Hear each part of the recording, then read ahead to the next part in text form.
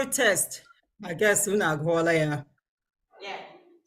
from Ephesians chapter 4, verses 22 to 24. And I'm going to read it just in case Madin Lagobeya. Ogwanyanola Zoom, Anyamahunle so far.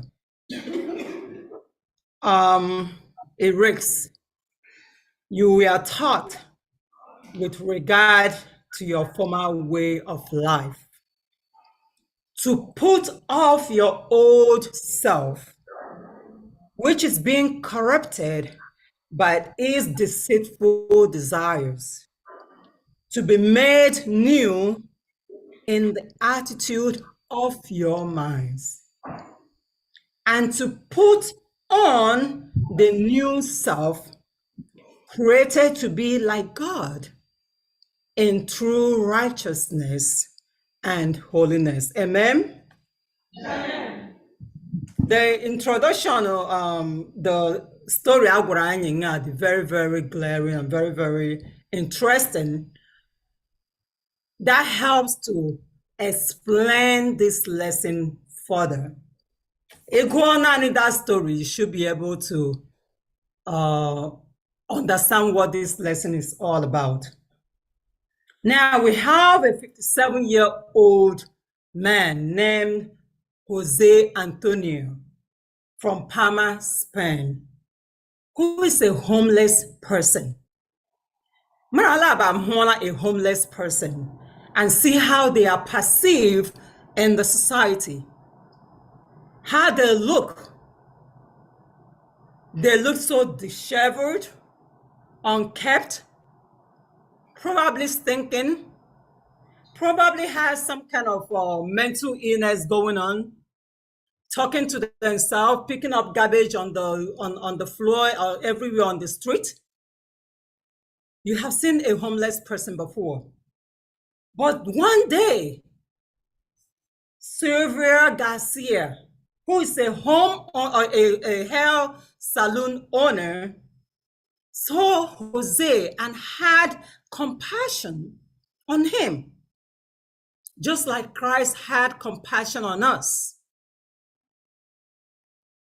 He brought him into his hair salon, had a complete makeover, shaved his head, shaved his beard, made him look different. That Jose have to look himself on a mirror and then exclaim, is this really me? Have you been in a situation where you all dressed up, look so nice, presentable, and you cannot even recognize yourself? These makeover people, they design your face. We make a child up sometimes. You can't even recognize yourself. Even your phone, if you use a cell phone that you have to put your face on it, maybe you won't even open because it's no longer you. This is what Jose was going through at this time. He couldn't even recognize himself. He was saying,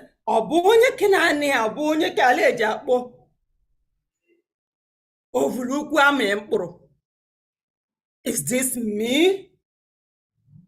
Wow. I'm so different. No one is going to recognize me. Of course, I will not.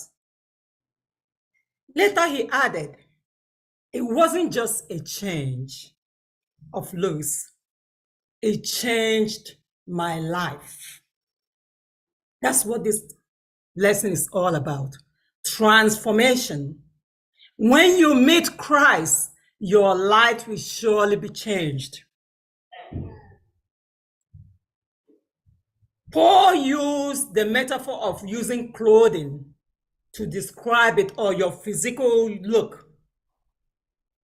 But the truth is, when you feel good outside, you will feel good inside as well. And for people to see that there is a change in you, they will start from the way you present yourself, the way you speak. Whether whether you like it or not, our speech tells much about us. And when you meet Christ, of course, the way you speak will change. There are three key words that I want us to understand or take home lesson today. Know this from the reading of the book of Ephesians, that everyone is accountable to God. Whether you are a Jew, whether you are a Gentile, we are all accountable and needed by God. Number two, our judge, which is Christ Jesus, is preparing us for Judgment Day.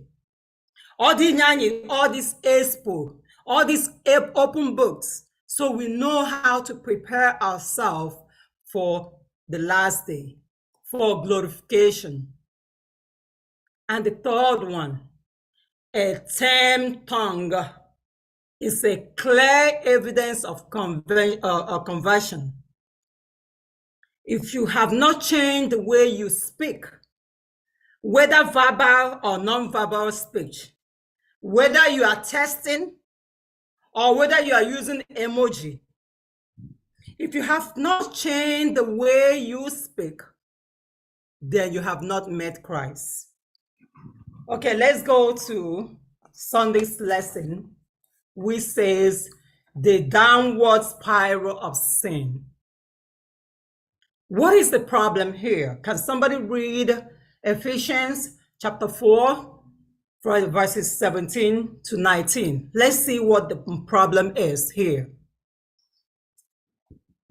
Ephesians chapter 4, 17 to 19, So I tell you this, and insist on it in the Lord, that you must no longer live as the Gentiles do.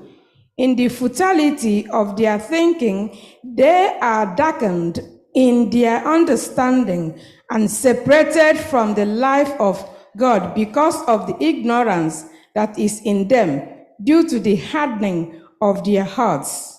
19. Having lost all sensitivity, they have given themselves over to sensuality, so as to indulge in every kind of impurity, and they are full of greed. Amen. Did the life of the Gentiles at this time, they were ignorant. They are Christ. A life without Christ. This is what this downward spiral of sin. You keep going down. You keep going down. In your ignorance, you do so many things that you're not even aware of.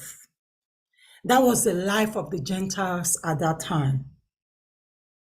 And Paul is instructing us not to be like the Gentiles. This is before justification. Before you met Christ, this is your life. And that's the problem, that Paul wants us to be transformed. And for you to be transformed, you need to know Christ. Paul is not just concerned about the specific sins or behaviors exhibited by the Gentiles. He is concerned about a pattern of behavior that they exhibit, a downward treachery of living in the grip of sin. At the heart of Ephesians 4, 17 to 19 is a portrait of a callous spirituality and the futility of their minds, having their understanding darkened. So there is a problem with the way the Gentiles live, and that is what Paul wants to correct, because they have not met Christ yet. Alienated from God, they don't know how to live, and separated from his saving grace, they continued in a downward spiral of sin and depravity.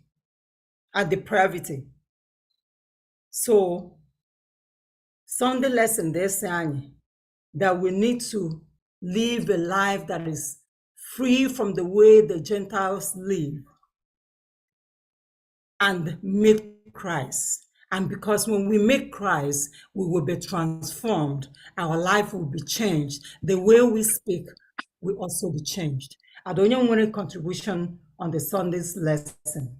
Yes, Yeah, okay. I wanted to say that when I studied this lesson, this area, what came to my mind was the fruits of the Spirit Okay. and the fruits of the flesh. If you can identify which goes where, you will be able to understand fully what Paul is talking about here. I know that the fruit of the Spirit has to do with love, kindness, meekness, humbleness, and the rest of them. Then the fruit of the flesh has all this wickedness in it, envy, and all the rest of them. So if we are able to stay away from envy, from hatred, and all the rest of them, and we dwell in being loving and kind, that's the life we need to step away from. The downward is when you go deeper into these fruits of the of wickedness. But when you stick with the fruits of the Spirit, you will not go down in the spiral of sin. But can you do it on your own through Unless you're changed. prayer and the Holy Spirit being in you? Thank you. I want to tell a story that our people will should understand what Paul was calling the Ephesians out of. Ndị ngwa anyị. In 1969, during the war in Nigeria, one morning, a great carton vuta anu. Membre anyị ji egbe abịasa anyị, Dr. Efo was alive. Ma anyị be mee this onye a evutara gbuo ma ọ bụ mmadụ. Mana anyị eji marala ọ bụ mmadụ bụla aka mkpịsị aka ya bụ mkpịsị aka mmadụ. Ndị ka anyị egbuola mmadụ. Fọma magbolu gbuo ya cha si o mere gịnị n'ọkpara iko n'ojiara nna ya ochie nwunye nna ya ochie. Ndị ka anyị enwefu ma agbaghara mmehie. Ndị ka anyị asịfụ heo ka ọ bụ ya anya naanị dị emeela mmehie na gbuo ya fọọ ya olu. Gbuo anụ ya kpam bere ya chekpọọla ọkụ. Ndị nwe m abịala bịa evu owo. Ohiye a bịara ogbe evu owo. Ndị polisi anyị asị ndị polisi ogwu unu vu kwena. Mana anyị ejide akọtala ọ bụ mmadụ ọ bụ mkpịsị aka ya. Why bringing them here? Go and confirm ọ bụ mmadụ na-egburu ọ dịghị anụmanụ egburu. Ndị ka dị Pọl ndị egwa ndị Efesiọs nọkwa n'ime anyị.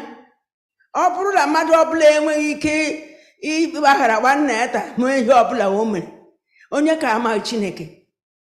Onye ọbụla na-adịghị ịgbaghara mmehie amaghị Chineke ka anyị kasie ya ike. Ma ọ bụ o mekwara m, ma ọ bụ emekwa m, ya emekwa m na abụọla ọgụ iri taa, anyị agbaghabere ya mmehie, anyị abụghị ụmụ Chineke. Ka bụ mma m hụrụ. Mgbe anyị bụrụ ụmụ Chineke, ọ dịghị onye ngakwa ime anyị ma anyị na-agaghị ịgbaghara. Ndị a bụ otu ndị Ephesians n'ụra.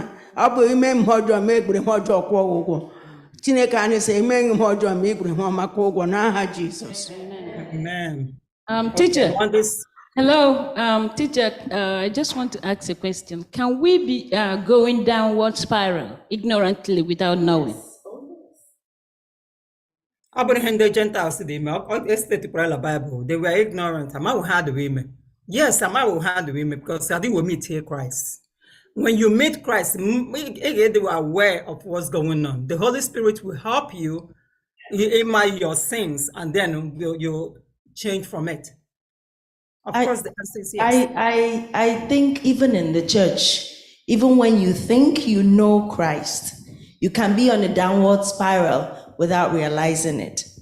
There are some doctrines and practices that would set you on a downward spiral. We live in a country And you and I know that for there's some places that for a person of color, it's not safe for them to be there. It's not comfortable for them to be there. But the irony is that the places that are not safe or comfortable is where it's called the Bible Belt, right? Most of them are Bible touting Christians. Most of them would tell you that they believe in God, yet there is an iota of selfishness. You see, the difference between the Gentile and the person who knows God is selfishness and selflessness. Because if you're selfless, you would love everybody as yourself. You would forgive, you would be kind, you would be patient, you will persevere. But if you're selfish and all you think about is yourself and how something affects you, you can even turn something good to something bad. Because all you would think about is you and how that thing affects you in that moment. So let's not even take it to how somebody is doing outside.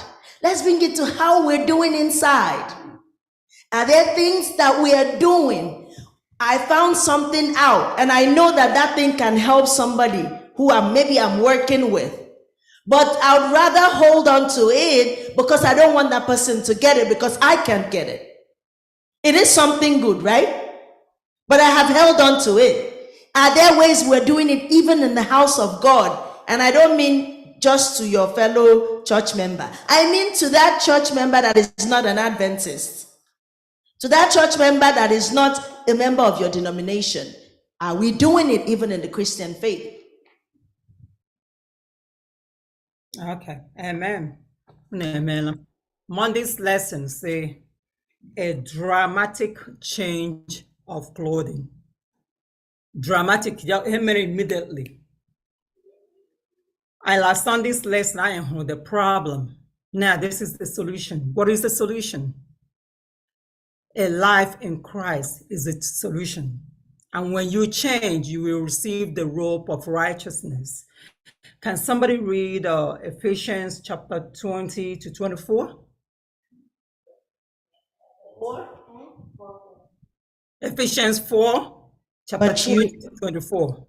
But you have not so learned Christ, if indeed you have heard him and have been taught by him, as the truth is in Jesus, that you put off concerning your former conduct, the old man which grows corrupt according to the deceitful lusts. Amen. But they have not known Christ. They have not learned Christ. Christ. That is why they were behaving the way they were behaving. One matter Christ, your life will change dramatically. Drastically, your life will change. And people will see it. There is something new in you. Paul tells us that the abduction of a Christ-shaped life requires 3 processes, which he expresses through the clothing imagery. 1, to put off or turn away from the old way of life. 2, to experience inner renewal. See, when you change, you feel that inner renewal. That is why Hosea just say, is that me? That change physically, the inside will feel really good. Even the self-esteem, they are high, they're improved. The 3rd one, to put on the new God-like pattern of life, which is this new robe of righteousness. That new clothing. It's ironic, like during their time, changing of clothing, it was a symbolic thing. I brought somewhere that even owning 2 set of clothes get it weird. People will notice that you change, you call it a new clothes. Abụbụ uwe ga-agbara mfa anya niile nwere many washing alile. Then it's not. Clothing is an indication of your status. I nwere ego ọ bụ a ga-eme ma ị nwee ego a ga-eme ma ị bụ onye ogbenye a ga-eme the homeless through your clothing.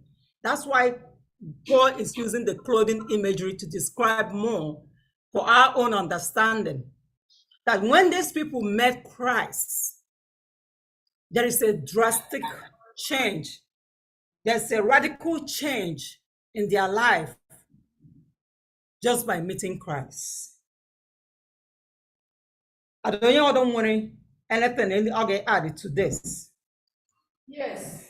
Okay, let me make this. I say Paul metaphor reflects the use of clothing as a simple symbol of both sinfulness and also salvation. So it can go either way. The way you dress can indicate that in a lower. The other way can also indicate that in Natala Chineke up for the same clothing. Any contribution? Yes. You know, my mind keeps going back to the beginning of this lesson. We should take our mind to this person who owns this makeup salon or something. It touched me somehow, and we see things around us, we keep just going. And the things we do without anybody telling us to do matters. And I remember how God said in the Bible that he was in the hospital, we didn't come to see him. He was naked, we didn't clothe him. Practical Christianity is something else that this lesson is bringing out. This person might be doing hairdressing on Saturday, Sunday, Monday, every day. But look at how he or she went and grabbed this homeless person.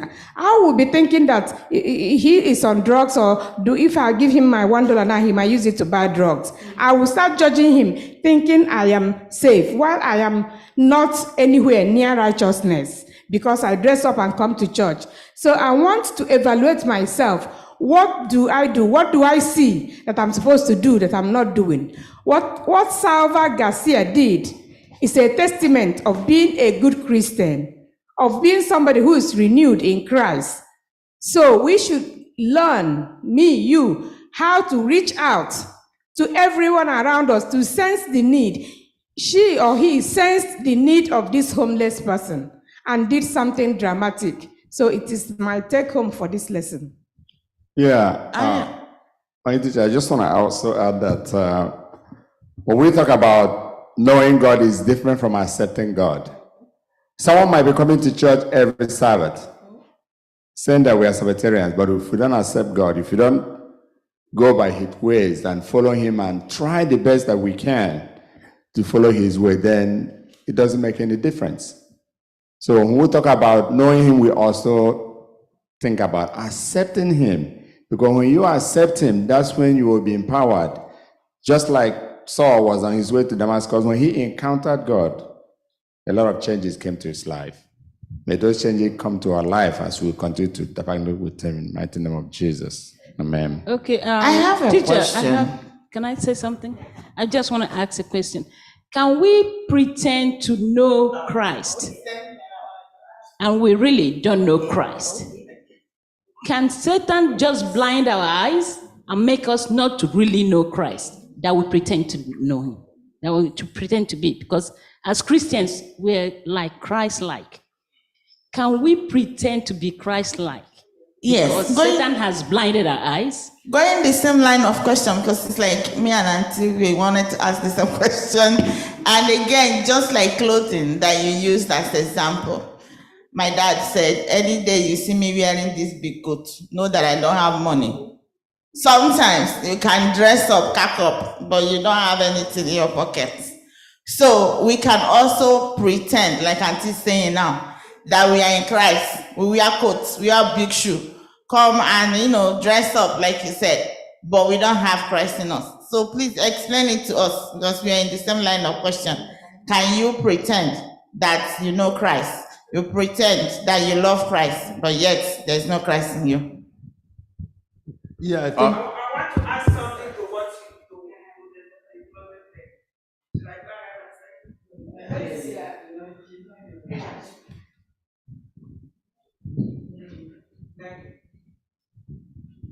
So Paul uses the metaphor of clothing. In the Bible, garments means character.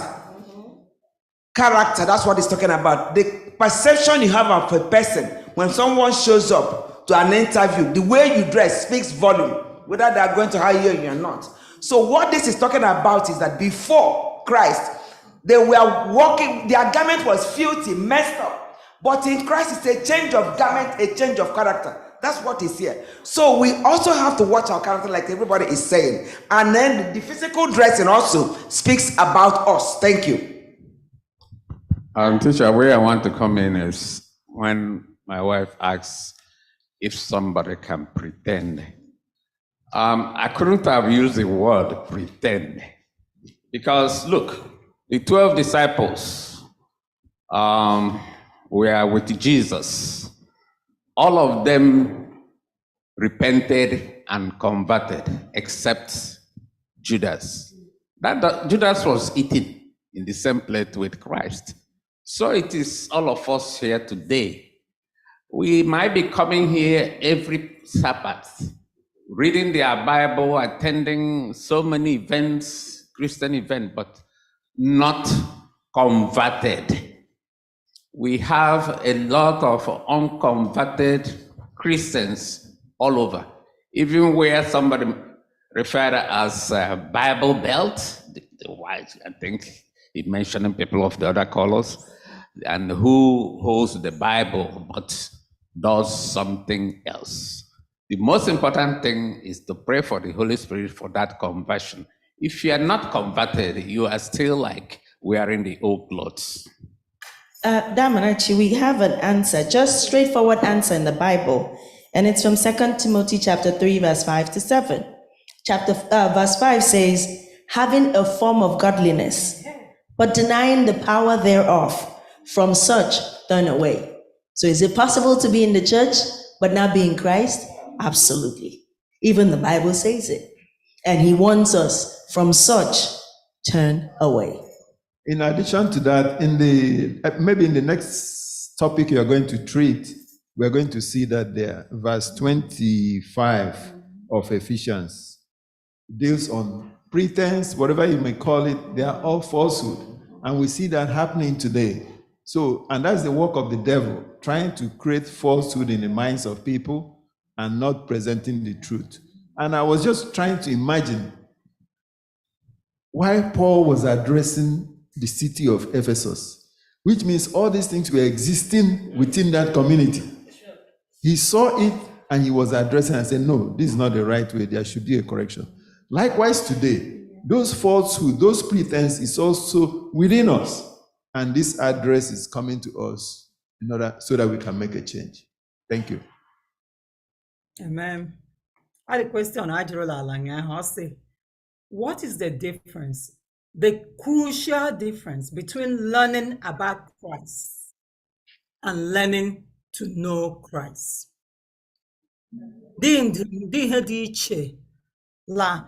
Learning about Christ and learning to know Christ.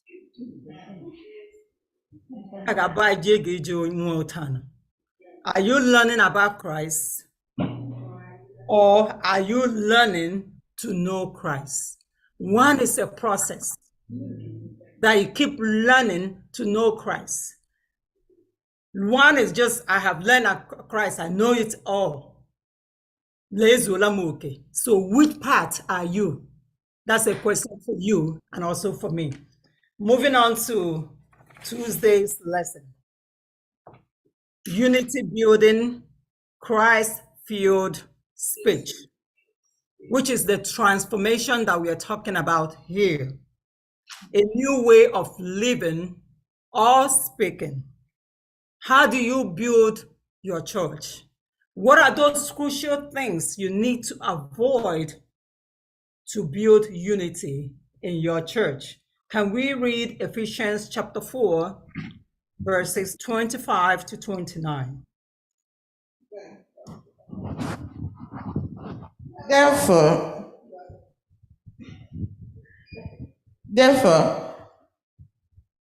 having put away falsehood, let each one of you speak the truth with his neighbor, for we are members of one of another.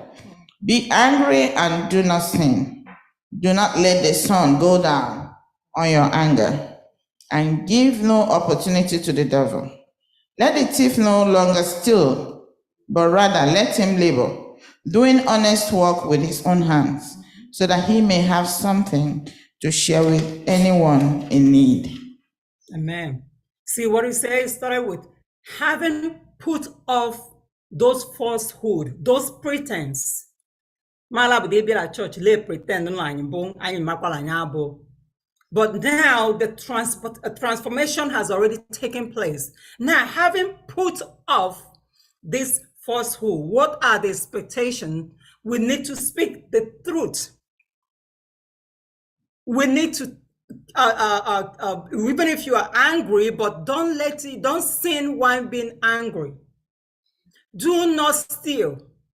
Those are the things Paul will hammer in this Ephesians. For us to have this unity in the church, for us to have unity within our neighborhood, within our neighbor, within our friends to friends, we have to be able to speak truth. Lying is not going to keep unity within us. A negative comment, which is putting away lying, a positive comment next. Let each one of you speak truth with his neighbor. And then a rationale why we have to do that.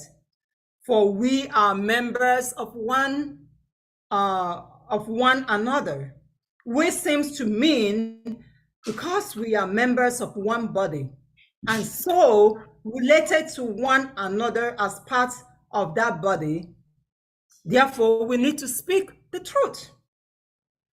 It's not an invitation to confront other church members with a tactless recitation of facts. So even when you are speaking the truth, there are ways you can speak that truth, so you will not sin in doing it. No, be intelligent enough to know when that truth is necessary. Not all the time they get you, so they put the truth, gets out the truth, and then sinning in it. It means that something is true or valid after first denying or resisting in it. No permission is exercised. Paul banishes anger and anger speech. His word in Ephesians 4 verse 26 provides no permission to exercise anger within the congregation. Rather, Paul concludes that the possibility of anger, while limiting its expression with the sense, should you become angry, no, do not allow it to bear fruit in full-blown sin. So be angry, but do not sin. That's exactly what transformation means when you are changed, when you receive Christ. These are things that are expected from you to do, to speak the truth. Do not be angry enough that you have to sin, and stop stealing. Stealing is not allowed. I don't even want to get this lesson.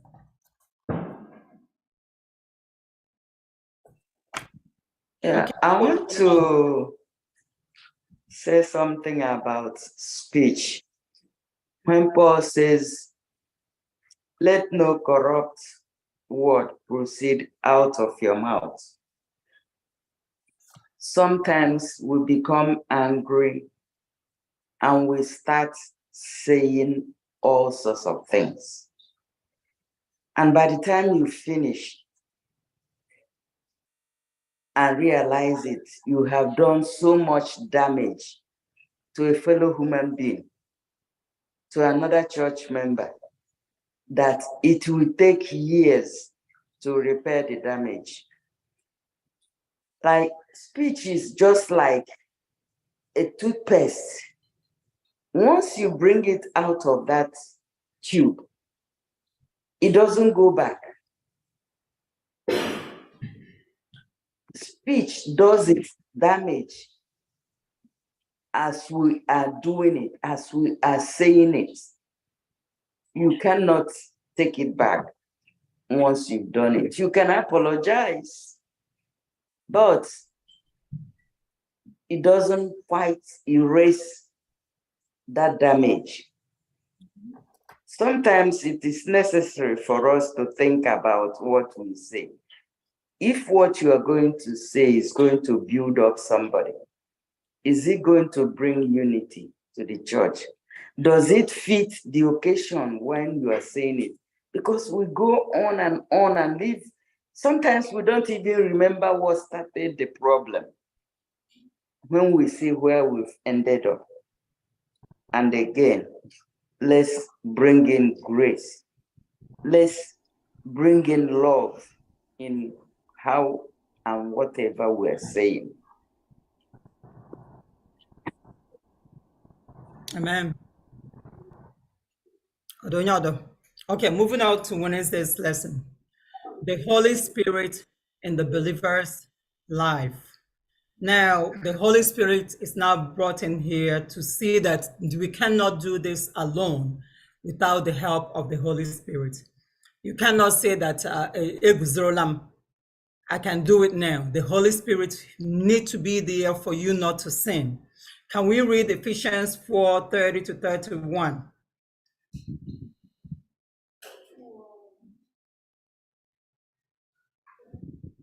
Ephesians 4:30 to 31.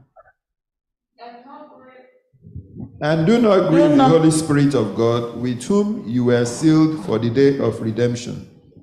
Get rid of all bitterness, rage, and anger, brawling, and slander, along with every form of malice. Amen. How do we grieve the Holy Spirit? That's a question. What are the things that we do that will grieve the Holy Spirit? What is the meaning of grieving? Paul sịkwa ma anyị ezu n'ohi. Onye oke anyị ga iji gaa ohi ma anyị mekata onwe anyị ga-chọta ọrụ anyị ga-ịrụ.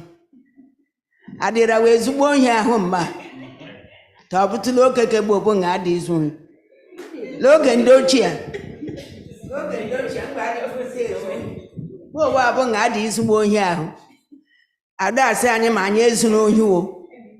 Ma anyị onye emeghị mmemme o jisi ike ga-achọta ọrụ nwa lọmada agala ka ibe ede ezu. Ọ bụ na uwe ọrụ bekee ọka adị kara ndị nọ n'ime obodo. Because ndị na-agafe ọrụ ihe Jenụwarị dula Disemba odumba wa agata asụ ụlọ gada afụsị gbọrọ nwunye ediwo.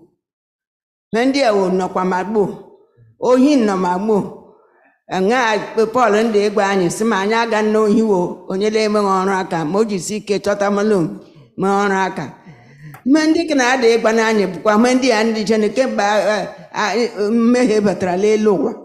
Ọ dịdị ka ada ịjụ ajụ mma izu ohi adịkwa mma mmadụ ị ga-evuru mmadụ ibe eduola ime ọhịa chọwa 20 million 10 million.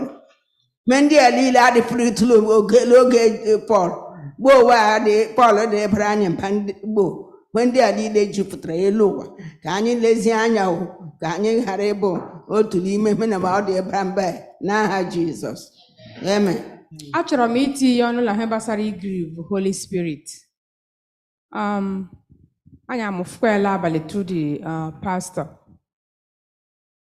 Ma ogwe m ma ogwe gị tụlee n'ime obi gị otule oji anụ ma nwa gị ịhụrụla anya liziala hụ ọma. Bible nsị o you man, he has shown you ọ bụ ihe dị la Micah 6:8 what is good and what does the Lord require of you to do justly and walk humbly with your God.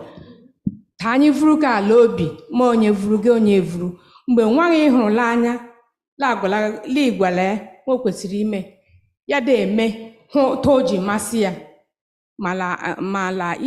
ma hela isi ga-edula ọdụ lee okpuru ụkwụ ma dressing ma okwu ọnụ ma ngagara ije ma ori ma he niile ya da eme otu ọ masịrị ya. Your heart will be sad. That's how we grieve the Holy Spirit. Otu anyị na-eji ebe akwa mkpụrụ si heo nweke na abụ ihe mere expect ịkụọla mkpụrụ onye iro a ga-eti ya ata lee. That's how we grieve the Holy Spirit. The pastor made us to understand that The Holy Spirit does not run away. He still stays patiently waiting. Ka anyị lọgharịa. So there is hope for all of us. So ka anyị dị careful. Ụmụ anyị ma mmadụ wige ma adịghị wige. Otu a mmadụ ji asị adịfe m anụ mgbe ndị mmadụ dasị nwaanyị ma ekwaghị ya kena ma ịgba akwụkwọ niile. Those things are very bad and they are cause. And ọ bụ mgbe a nwaanyị emenyụọla gị anya ga-abịa ekwu okwu ole adịghị mma. Bola prayer line a ga-adị izigharị anyị how to talk, how to endure, and how to correct things without using curse. Dịka nwa mmefu m gara and came to himself and come back, that they will come back. So we grieve the Holy Spirit. Ma anyị mara ha abụghị anyị ga-ime Chineke obi ajọọ ya njọ. Anyị hafe ịdị Christ-like. Anyị ede eme ihe niile ndị azụ ụkwụ obe ndị mmụọ ozi ndị isi oyi ịzụ ụkwụ. Ogo m amarachala eji m eme ihe ndị ogo jikwa eme mmunukwe. Ka anyị mara ụra chigharị isi. This lesson is coming to us for a reason. Ka anyị gbanwee, be transformed and be converted. Amen. So when we deliberately do things, then we are grieving the Holy Spirit because we know what's good and what's bad. So first of all, what is the function of the Holy Spirit in our lives? I want us to read John chapter 16, verses 7 to 13. Let's try to find out what the Holy Spirit does in our life. His word in our life. John chapter 16, verses 7 to 13.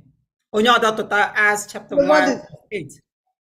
Nevertheless, I tell you the truth. It is expedient for you that I go away. For if I go not away, the Comforter will not come unto you. But if I depart, I will send him unto you. 8. And when he is come, he will reprove the world of sin, and of righteousness, and of judgment. Of sin, because they believe not on me. Of righteousness, because I go to my Father, and ye see me no more. Of judgment, because the prince of this world is judged. I have yet many things to say unto you, but ye cannot bear them now. Amen. Onye ọdọ tụta Acts chapter 1 verse 8. Ka ọbịala anya n'ọnọdụ. Onye ọdọ tụta Acts chapter 1 verse 8. I will run it. It will be finished before you know it. Acts 1:8. But ye shall receive power. After that, the Holy Ghost is come upon you, and ye shall be witnesses unto me both in Jerusalem and in all Judea and in Samaria and unto the uttermost part of the earth. Amen. So these two texts outline the function of the Holy Spirit. I needed the Holy Spirit to be our guidance, to be our comforter, to be that whispering ear. Because when we deliberately do things that we know we are not supposed to do, we are now grieving the Holy Spirit. We must tread with care in discussing the mysteries of the Godhead. The Spirit is both one with and distinct from the Father and the Son. The Spirit has his own will and chooses accordingly. He can be grieved and blasphemed against. So we need to be very careful so we don't grieve the Holy Spirit. Amen.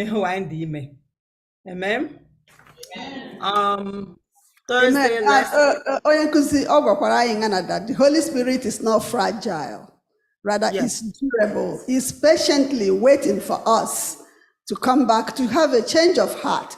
Why you say so much? I get the patient. When we get to area to the Holy Spirit, they wait patiently on us to have a change, to be transformed and come to God. Amen. The Holy Spirit will not leave us, even though we're in grief, not with us, because we have already been sealed, the Bible said. We have already been sealed. That is the process. When you accept Christ, you have justification. The next one is sanctification. Sanctification is a process. The Christian life is a process, it's a journey. And then after sanctification, then we are waiting for the glorification, which is when Christ comes. So it's a process. We are still in that sanctification process. It takes longer time. But the thing is, are you able to so that's the thing. So Thursday's lesson is kindness, not bitterness. Can we read chapter 4, 31 to 34? Oh no, 31 to 32. It says, get rid of all bitterness, rage and anger, brawling and slander, along with every form of malice. Be kind and compassionate to one another, forgiving each other just as in Christ. Amen. So by referring to the day of redemption, what is the day of redemption?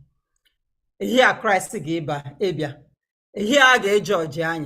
Paul has just invited his readers to consider the uses of speech in the context of Christ's second coming. Ephesians 4, 31 and 32 then may be understood as addressing the use of speech as we approach that grand event, as we approach that glorification day, that last day. How are you preparing yourself? In the final exhortation of Ephesians 4, 17 to 32, Paul again provides a negative comment. This one identifying 6 verses that are to be put away from you. A positive comment to be kind, tender-hearted, and forgiving, and a rational. In it, believers are to forgive one another, even as God in Christ forgave us. Vertical forgiveness and the horizontal forgiveness. The 6 of these verses begins and ends with general, all-encompassing terms, all bitterness and all malice. In between comes 4 additional terms: wrath, anger, glamour, and slander. So we need to be very, very careful the way we speak, the way we get angry. We must speak truth to each other to maintain that unity and show each other kindness. To maintain, if you want to be forgiven, you need to forgive others. Christ forgive us, but we need to forgive the other. Forgive me, just like the Christ forgive you. You are expected to forgive the other person as well. I don't want to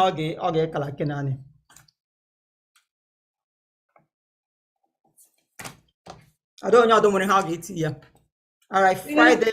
Amen. Huh? All the hymn and I'll say, don't suppress evil speech. Okay. Rather replace it with good ones. Ima ọ dị onye gara gide ekwu okwu hwe gị ide hiela ọnụ dafụta mbụ hwe wee njọrọ njọ hwe njọrọ njọ hwe njọrọ njọ ị gaghị ekwụsị ya ọ dịghị otu ị ga-eji mee ya stop because it's inherent in her or him. Rather, instead ị ga-ebe asị wee kwụsị gara ala abade esu chọọ hụ ọma ma ọ bụ Bible verse or okwu Chineke or there's something you will say to him or her. Yeah, we can make impact.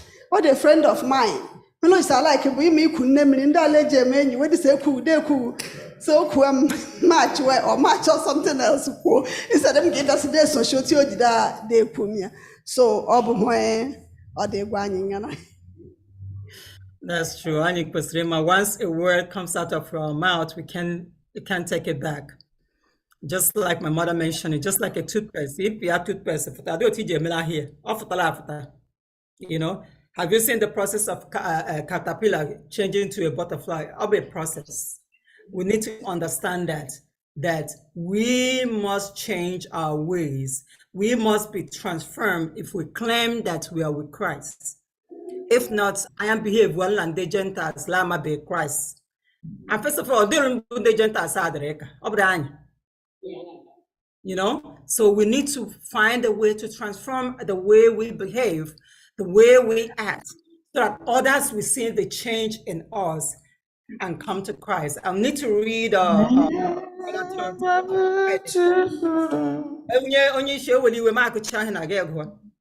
let your conversation be of such a nature that you will have no need of repentance.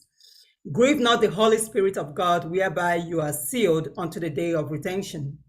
If you have love in your heart, you will seek to establish and build up your brother in the most holy faith. If a word is dropped that is detrimental to the character of your friend or brother, do not engage this evil speaking. It is the work of the enemy. Kindly remind the speaker that the word of God forbids the kind of conversation. Thank you so much. That ends the.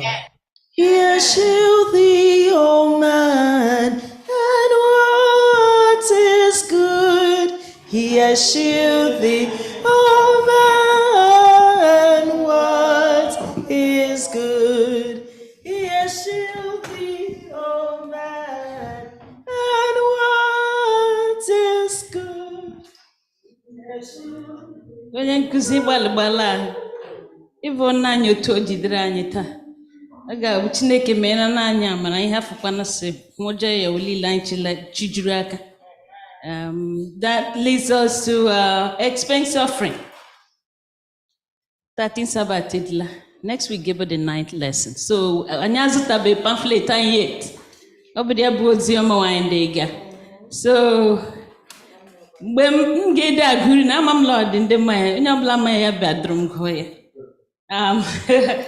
And you collect our expense offering. But remember, we can give online via app, or you can give physically. Oh Lord, see, when you're coming, bring the largest bill, not the $1. So I'll be singing from NAH. I know a lot of people don't know about NAH. Anybody can come and help me. 638. NAH 638. Sharing in the joys of service.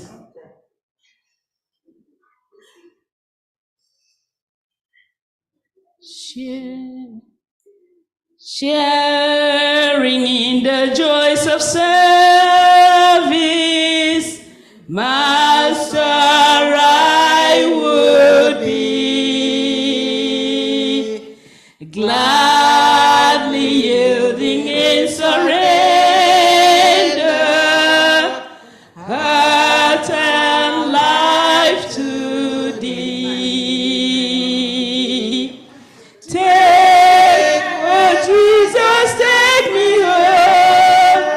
wholly, all my being filled. Teach me how to follow closely, guided by thy will. Mighty angels to the binding, swift and glad and free. So may I in full surrender keep in step with thee. Take, oh Jesus, take me wholly, all my being filled. Teach me how to follow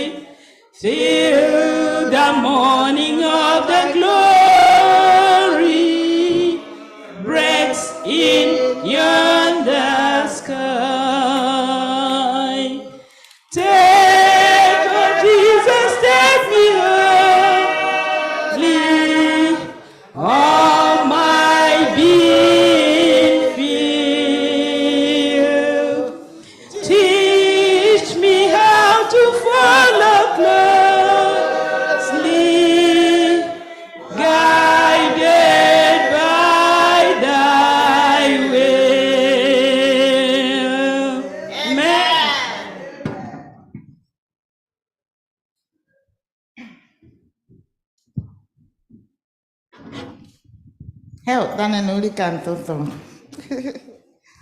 God bless you. Thank you so much. Amen. We thank our teacher for bringing that lesson to us today. Lesson Ketambo, Professor Ziniya, and the author a different way. Pray that the Lord will bless you and bless your ministry in Jesus' name. Amen. In our closing remark, I just want to bring up some of the points that I noted during the lesson. This lesson is a kind of lesson that's really touched me so much.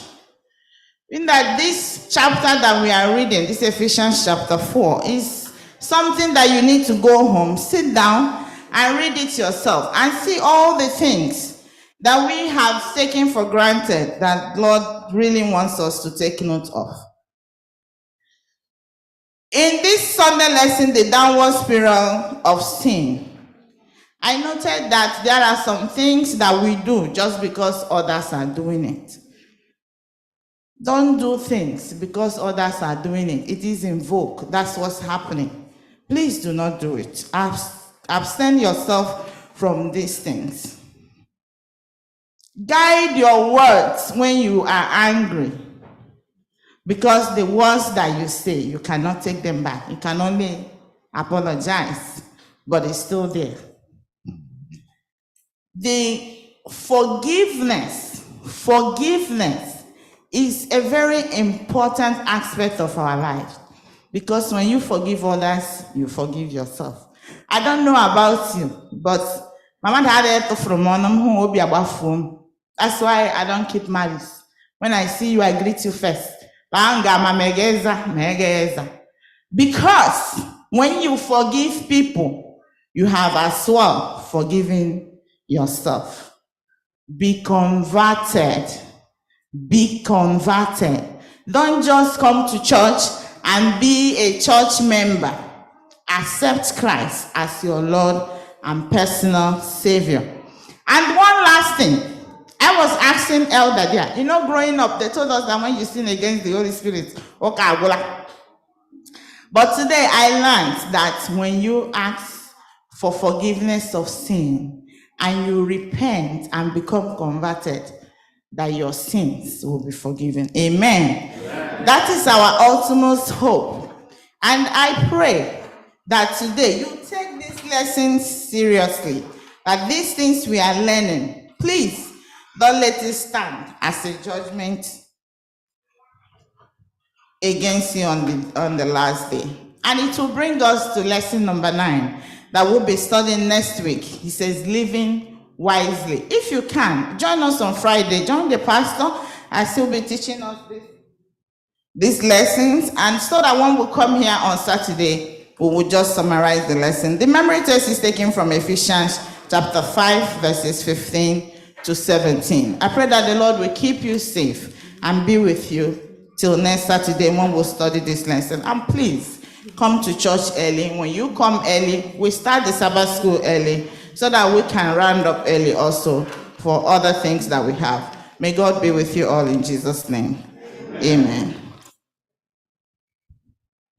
Amen. Amen. Just before we close, I want us to embrace bona fide members of our church. Sister Rosemary Ogaga, can you rise? And I want you to come here, please. Please. Mama, can you come? Or you want to stay? Okay, thank you. Amen. Amen. Amen. We can't just finish the Sabbath school without me introducing her. I know she was here last Saturday, but it was God's grace that made her to be here. That's why we are situated here. God is fishing people around the community to come and join us. Some people go online and they find us and they come, right? I know we have so many people online. Sister Rosemary Go. She's around this neighborhood. Something brings her Amen. around this neighborhood. Amen. But she has not come here. But last week she was able to find us.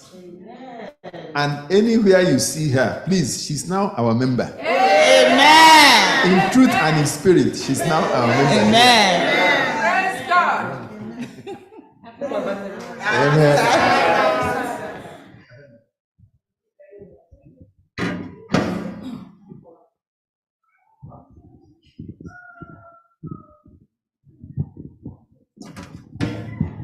We'll bring the Sabbath school to a close by singing from SDAH 523. SDAH 523. Let's all rise.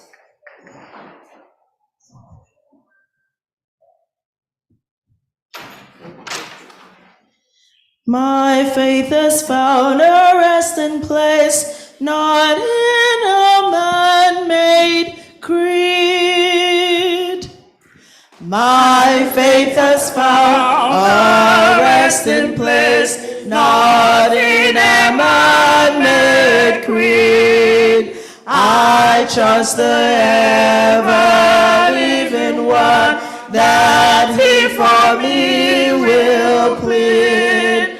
I need no other evidence, I need no other plea.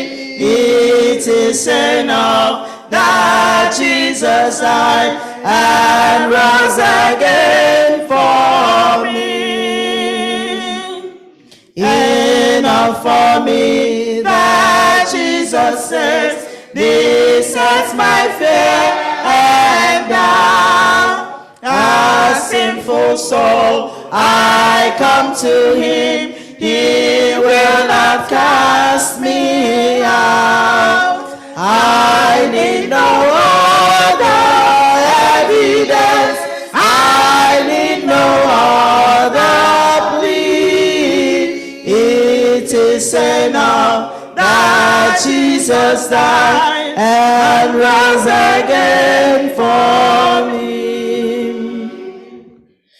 My soul is resting on the word, the living word of God. Salvation in my Savior's name, salvation through his blood. I need no other evidence, I need no other plea. It is enough that Jesus died and rose again for me. It is enough that Jesus died and rose again for me. Thy great physician heals the sick, the lost he came to save. For me his precious blood he shed, for me his life he gave. I need no other evidence, I need no other plea. It is enough that Jesus died and rose again for me. I need no other evidence, I need no other plea. It is enough that Jesus died and rose again for me.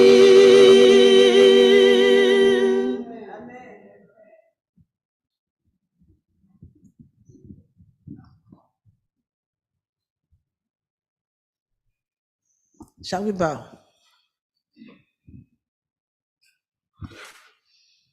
Father, we have studied, we have heard, we have learned, we have assimilated.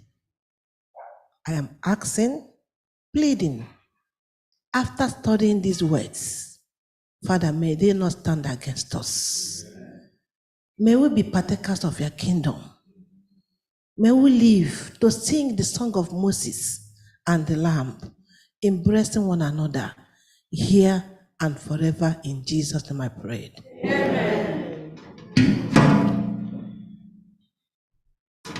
Thank you all for joining us for the Sabbath School today.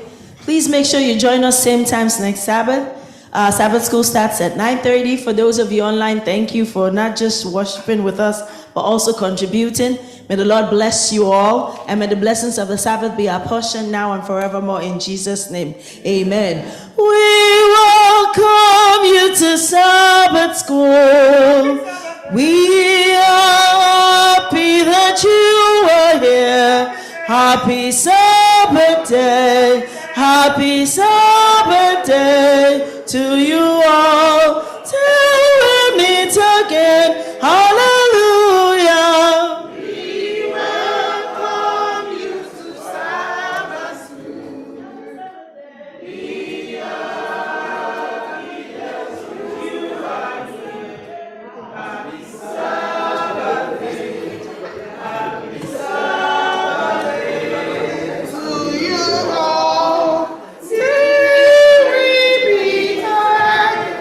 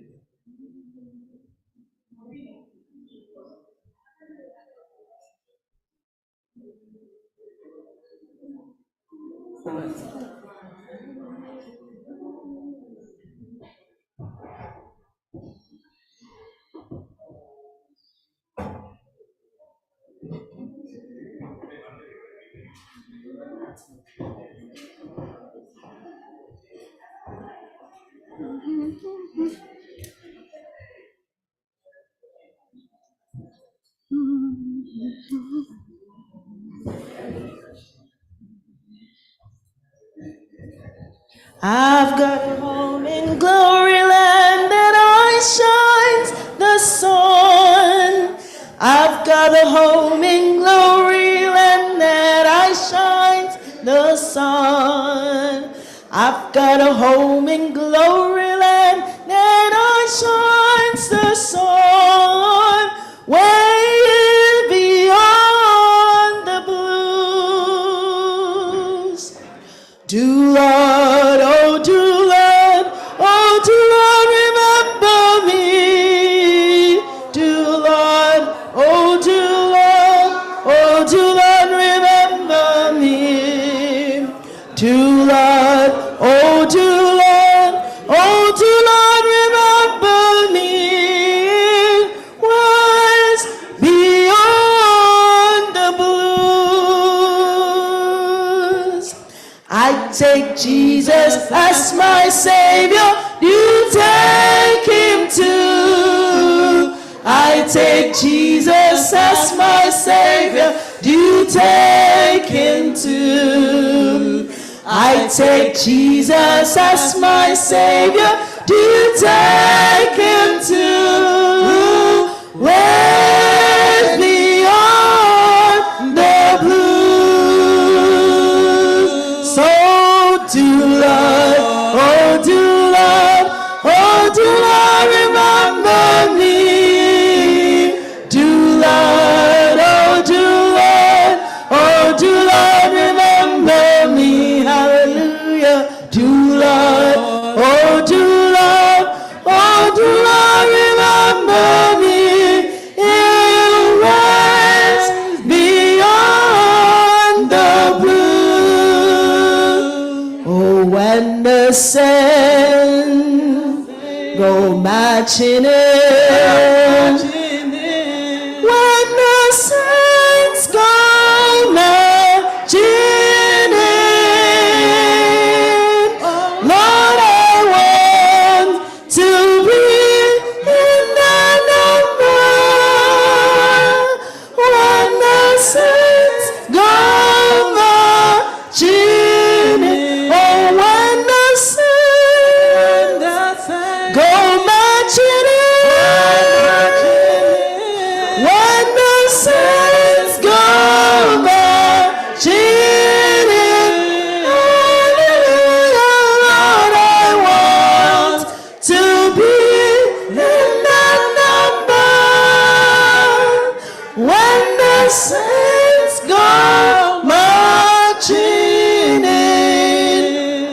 this is the day, another day that the Lord has made. This is the day, this is the day that the Lord has made, that the Lord has made. We will rejoice, we will rejoice and be glad in it, and be glad in it. Hallelujah. This is the day that the Lord has made. I will rejoice and be glad in it. This is the day, wonderful day that the Lord has made. Amen. Happy Sabbath, everybody. I can't hear you. Are we even happy to be here? We're not sounding like it though. Happy Sabbath, everybody. You see, Obo is very happy to be here. Obo has already chosen her own hymn, 342. So you better get ready. 40. Oh, Obo, sorry, ma. Sorry, my ear was not hearing well. We have heard a joyful song.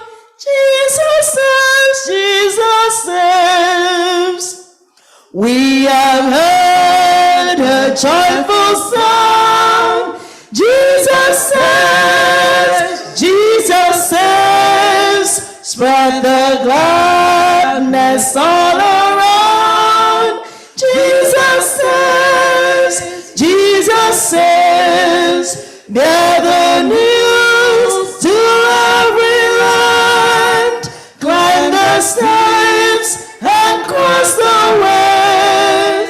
Onward is all of command. Jesus saves, Jesus saves. Third stanza. Sing above the battle strife. Jesus saves, Jesus saves. By his death and endless life. Jesus saves, Jesus saves. Sing it softly through the groove. When the heart for mercy cries, sing it triumph for the tomb. Jesus saves, Jesus saves. Give the wings a mighty voice. Jesus says, Jesus says. Let the nations now rejoice. Jesus says, Jesus says. Shout salvation full and free. Highest hills and deepest caves. It's our song of victory. Jesus saves, Jesus saves. Amen. Jesus saves. Jesus really saves, right? He does? Are we sure? Very good. Dadima, give me one. Okay.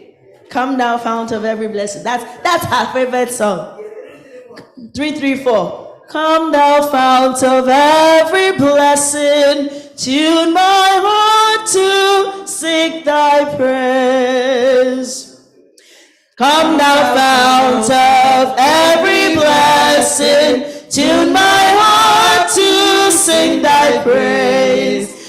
streams of mercy, never ceasing, calls for songs of loudest praise. Teach me ever to adore thee, may I still thy goodness prove, while the hope of endless glory fills my heart with joy and love. Here I raise my Ebenezer, he that found thy cause above, and I hope by thy good pleasure safely to arrive at home. Jesus sought me when a stranger, sought me from the fold of God. He to rescue me from danger interposes precious blood.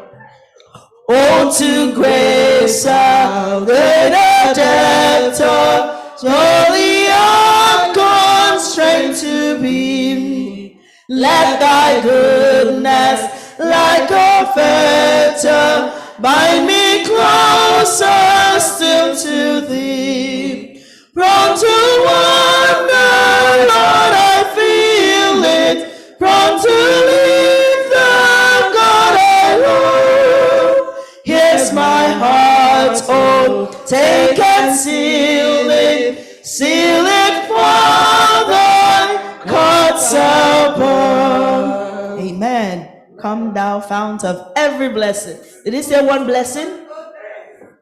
Hey, Obo, I've seen everybody to it again. No? 3-0. Obo? 103. Okay, you people, see, Obo is showing me that she's here. Obo is showing me that God blessed her throughout the week, right? And brought her here. Obo is, I'm coming to everybody. Hey, Yama, I hope you are ready for me. Then Yeribe, I hope you have your own. Duche, I'm coming next. So that Chichi, I see, as I called your names, that's how I'm going to come to you, okay? And then Yeye, I'll come to you next. Oh God, our help in ages past, our hope for help years to come. Oh,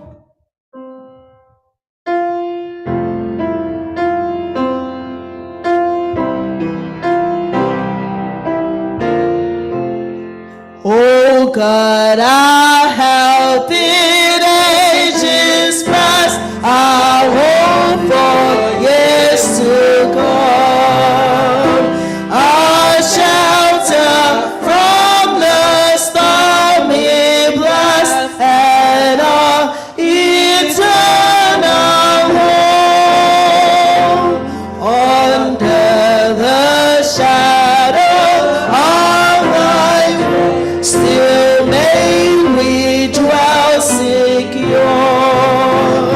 Sufficient is thine arm alone, and our defense is strong. Before the hills in order stood, or earth received our friend. Forever lasting thou art God, till endless years the same. A thousand ages in thy sight are like an evening gone, short as the watch that ends the night before the rising sun. Oh God, our help in ages past, our hope for years to come. Be thou our guide while life shall last, and our eternal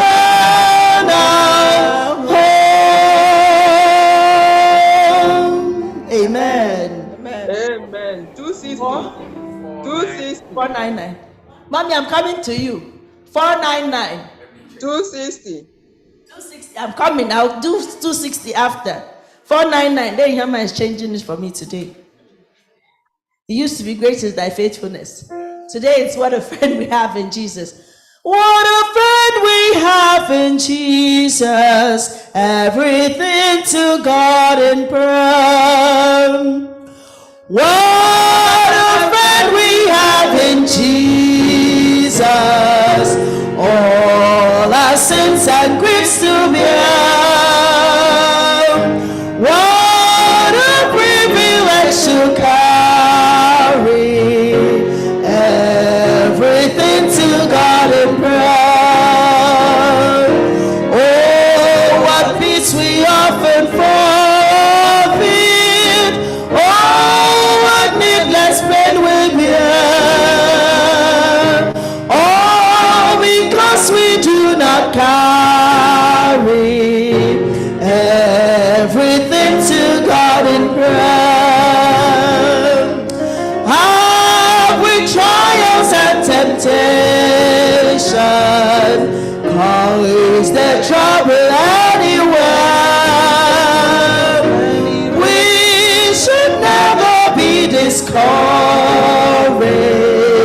Take it to the Lord in prayer. Can we find a friend so faithful who will all our sorrow share? Who will all our sorrow share? Jesus knows our every Jesus knows our every weakness. Take it to the Lord in prayer. Are we weak and heavy laden? Come back with a load of care. Precious Savior, still our refuge. Take it to the Lord in prayer.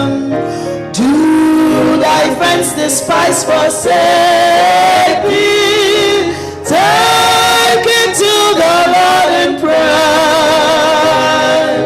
In his hands he'll take and shield thee. Thou wilt find a solace there. Amen. What was that number? 304. Oh, there the lane. 260. 260. 260. Okay. After 260, 304. Now, 260.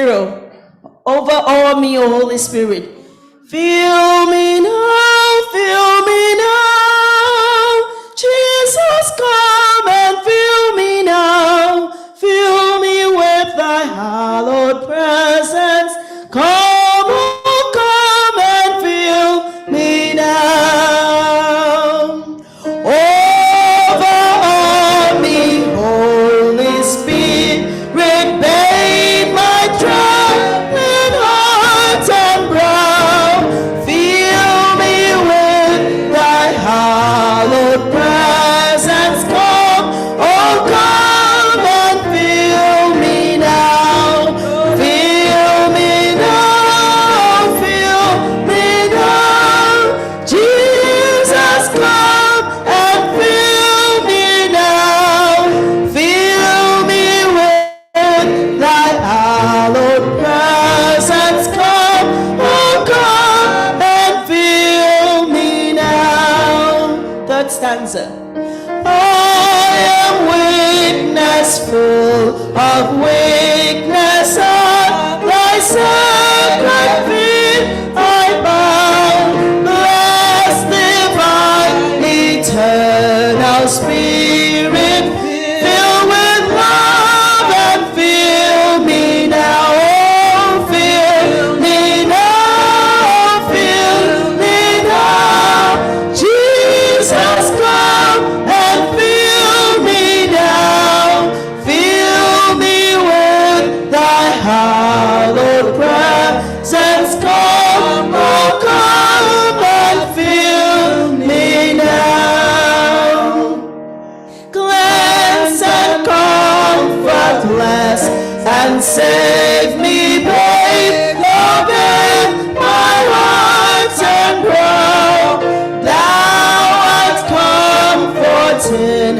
and saving now, how sweetly feeling now. Oh, feel me now, feel me now. Jesus, come and feel me now. Feel me with thy hallowed presence. Come, oh, come and fill me now. Amen. Let you guys say 304, right? Yeah, 304. Yes. Faith of our fathers.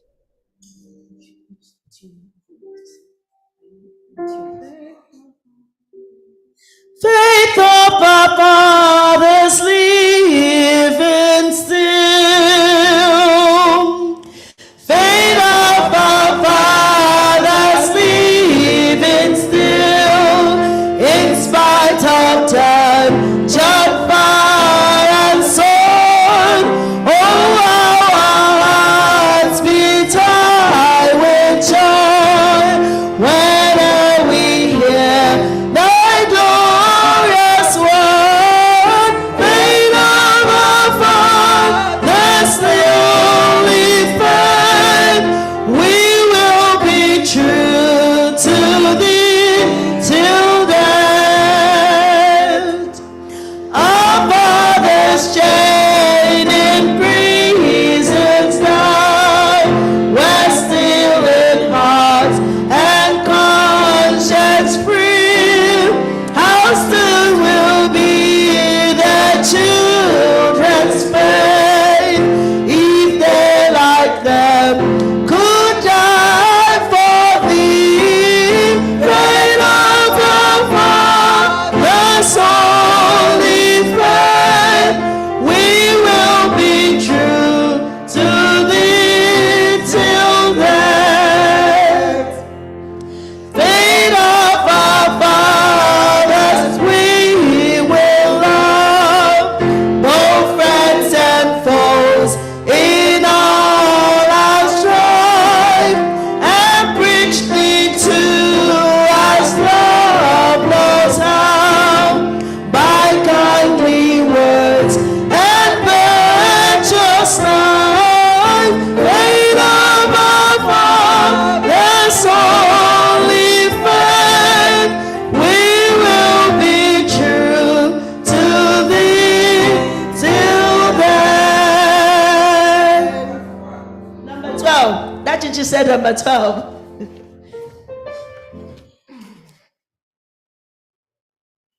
Joyful, joyful, we adore thee. Joyful, joyful, we adore thee, God of glory, God of love. Joyful, joyful, we adore thee, God of glory, God of love. Hearts are full like flowers before thee, hail thee as the sun above. Melt the clouds of sin and sadness, drive the dark of doubt away. Give a rough immortal gladness, fill us with the light of days. All thy works rejoice around thee, earth and heaven reflect thy rays. Stars and angels sing around thee, center of unbroken praise. Now that forest, lakes and mountains, lows, mid meadows, flashing seas, chanting birds and flowing fountain, calls us to rejoice in thee. Amen. Shall we all rise?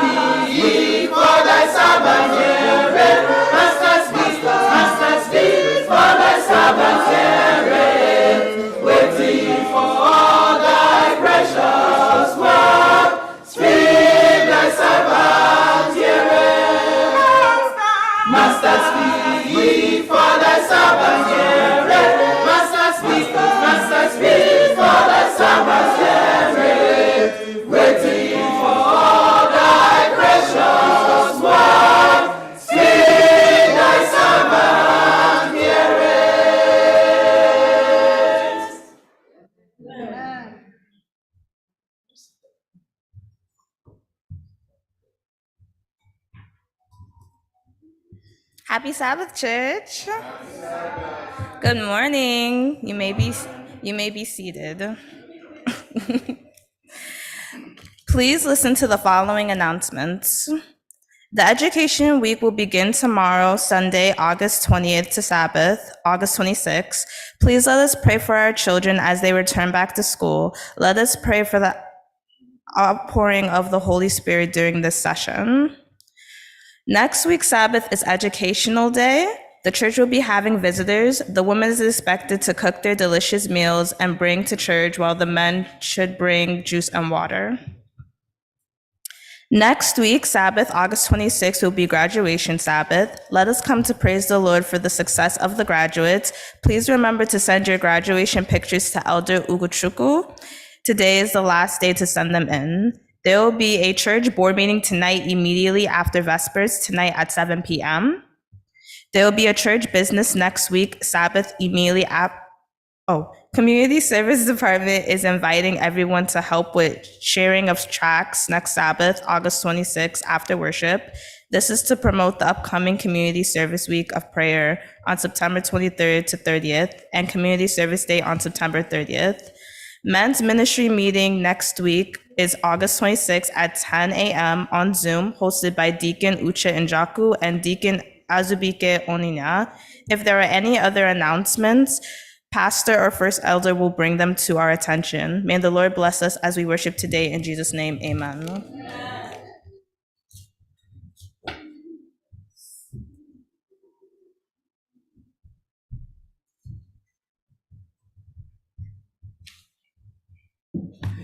Happy Sabbath.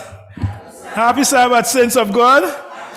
Yes, what a blessing and what a joy to also have the full house in session and to have every one of us through another week. May the Lord continue to bless us in Jesus' name. Yes, when we all come like this into the Father's house, from wherever and whoever, you just know that you are in our Father's house and you feel at home. Amen. Yes, so I welcome those who travel to Houston. Yes, because this time last week they were over there, and the Lord granted traveling mercies, and it was very unique. Saints of God, it's indeed very unique. Because when we count the blessings of the Lord, it will surprise us what the Lord has done. Elder Nwogu was able to fly. Elder Nwogu was there live. Elder Nwogu was present at the occasion. Can I hear somebody say amen? The church were so very quiet on this. This amen should be very loud. Can I hear somebody say amen? He went, he came back healthy and healthier. Amen? So that we will rejoice with you and we praise the Lord for you that he led you and he brought you back. Amen? And to Amen. Amen. Elder Kasike, man, one more time. One more time. Amen. Amen. Amen. Yes. Can you get him on the screen for me, please? Elder, are you on the screen? Yes. Okay, let's see your face because we can't just be talking. Paul said we should not be talking anything behind anyone again, right? Yes, Paul said we should not put any, so we should be able to speak one-on-one. That's what Paul taught us today, right? That's Elder Nwogu, yes. Elder Inotole, how are you, sir? Thank you so much. Happy Sabbath, everybody. So how was the experience? Just give me then in one sentence, give me how Houston was. Tell me, what did you experience over there? Tell the church. God was in control. Amen. And you were able to carry the baby and bless the baby, right? Abola church, I'm Zoom. Elder, you were able to carry the baby and bless the baby, right? I did. Amen. That's the main thing, eh? So we give God the glory. Amen. Amen. Yes. Amen. These are the things that the Lord is doing right here for us at First Igbo Church. This is a place where God works miracles. He works wonders. So we give God the glory. Welcome back, sir. And I pray that the Lord who has started this good work, he will continue to perfect it in your life in Jesus' name. Amen. Amen. And last night we also had another wonderful testimony. Our sister Caroline Anyanwu, who came here to New York seeking that healing. Last night, Caroline Anyanwu was able to give us the testimony that she's back home safely. Amen? And Caroline Anyanwu not only got back home safely, she also was able to now do things she hasn't been able to do. She was able to climb back into her house, into her room, into her place. Something she's not been able to do for years. Remember, she came to New York just for 2 weeks treatment, and it ended up to be 2 years process. But those 2 years, the Lord kept her, and the Lord blessed her. May the name of the Lord be praised in Jesus' name. Amen. Yes. So, and again, when you come into the house of the Lord like this, and you witness our members who are here, we just give God the glory. So today I'm so thrilled to have Sister Rosemary Ogaga with us. And, Sister Rosemary is the mother of Paul Ogaga. Grace. You see, I'm mixing, because when you have Grace and you have Rose together, what do you get? Double blessings. Amen. Yes, Sister Rose and Sister Rosemary and Sister Grace, please kindly rise. I know you were introduced during the Sabbath school, but rise one more time during this time. And I just pray that the Lord who has brought you will continue to bless you in Jesus' name. In this place, we don't talk about visitors. We don't talk about, because we are all in where? In our Father's house. So here, you are in your Father's house. So please know that you belong here. And Jesus will be here to bless you in Jesus' name. Yes, so you're welcome. You're welcome. Yes, you see how the Lord placed you by the corner here and placed you right here. So finally, he has brought you home. Welcome back home. Amen. Yes. So thank you for joining us. Go ahead and this thing. You see, the blessings, we keep counting the blessings. do you see how Sister Ozzy is smiling and Elder Deacon Njoku? Do you see how he's seated there? Right in the middle, so that you can know that he has changed status. Please, can you get him on the screen? He's right at the back. Deacon Njoku, put him on the screen. And so, Sister Ozzy, you can see the smile has changed. So both of them now, they are right there. That you see how he's for those on screen, that is Deacon Njoku just wiping and making sure that he's looking so good. You are looking good already. That's the father of the new. No, they are not bride now. Of the newest couple. The father of the newest couple, the mother of the newest couple is right here. So on behalf of the church, we rejoice with all of you. Yes, but again, we rejoice that one of us, our children, will be returning to school this time, and that we have them going to college. We bless the name of the Lord. And today, you could see my clerk is going to college. The lady, you're looking for my clerk? The lady who just read this thing. Yes. Oh, yes, that's the clerk of the house. Yes. So the clerk will be going to college, so we praise the Lord. So I invite the elders who are here. Please join us as we pray a special prayer. Elders, come and our clerk is going to college. Yes, Sister no, she said we should not say Toki. Remember, she's a valedictorian. She said, some call me Toki, but my name is Tochi. Yes. So Tochi Evo is going to college. Yes. Amen. Yes. Yeah. So we bless the name of the Lord, and we pray that the Lord will continue to bless her as she goes. Tochi, I just want to leave this with you, that the Lord will give you understanding. Amen. As you go. The psalmist in Psalm 119, verse 99, says, I have more understanding than all my teachers, for your testimonies are my meditation. Meditate on the word of the Lord.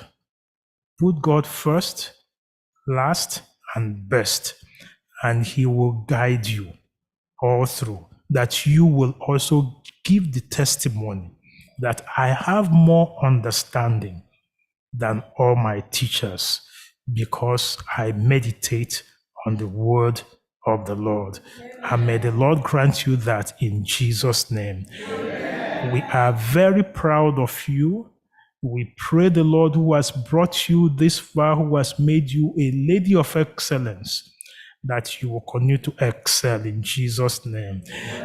As a valedictorian, you could hear those who heard her speech on that day. Yeah, we did, right? You would notice that she's indeed exceptional. Very, very exceptional. And that's why I'm not Tochi. I'm Tochi. Yes. So we are going to go ahead and pray, and then we just bless the name of the Lord.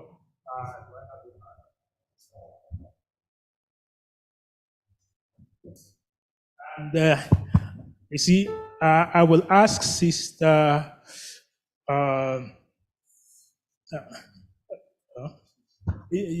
Yes, Sister Ijoma. Where are you? Sister Ijoma in the church here? Yes. Are you here? Come and join me here. Come and join me here. You see, once I finish, I will need you to give me that special song for Tochi. Yes. You give me that special song for Tochi, right? So yes. So let's kneel as we pray. For those who can kneel, if you can just lost. Heavenly Father, we have come to bless your holy name. That today, as we count our blessings, we are also thanking you for Tochi Evo. Each one of us will have our story that we have brought in. But in a special way, we remember Tochi. You have brought her this far. So, Lord, we bless your holy name. Amen. that you have shown her favor, that in her studies she excelled, that even the school could recognize her and say, you are the valedictorian. Father, we say thank you. Amen. So you who has made it possible for her to excel, it's upon this ladder that she's now stepping and saying, I'm pressing on the upward height.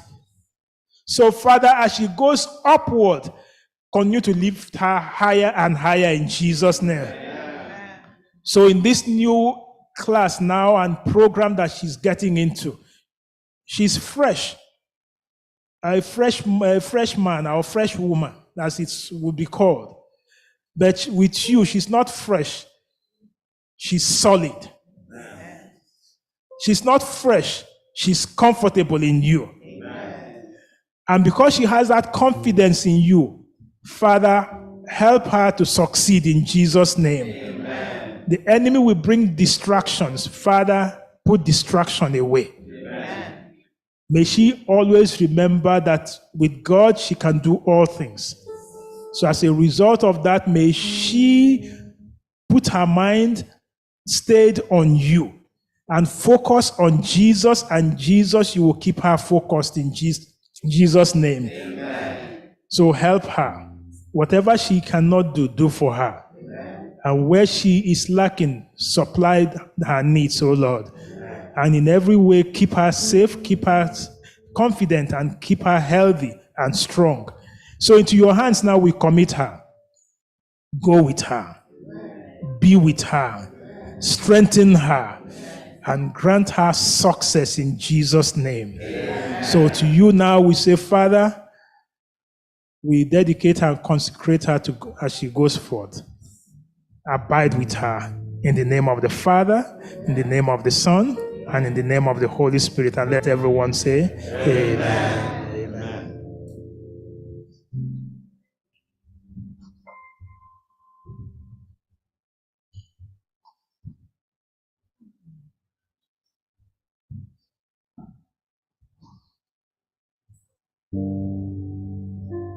Yes, sister. Yes, well, yeah, bless my soul. Bless her. Yes.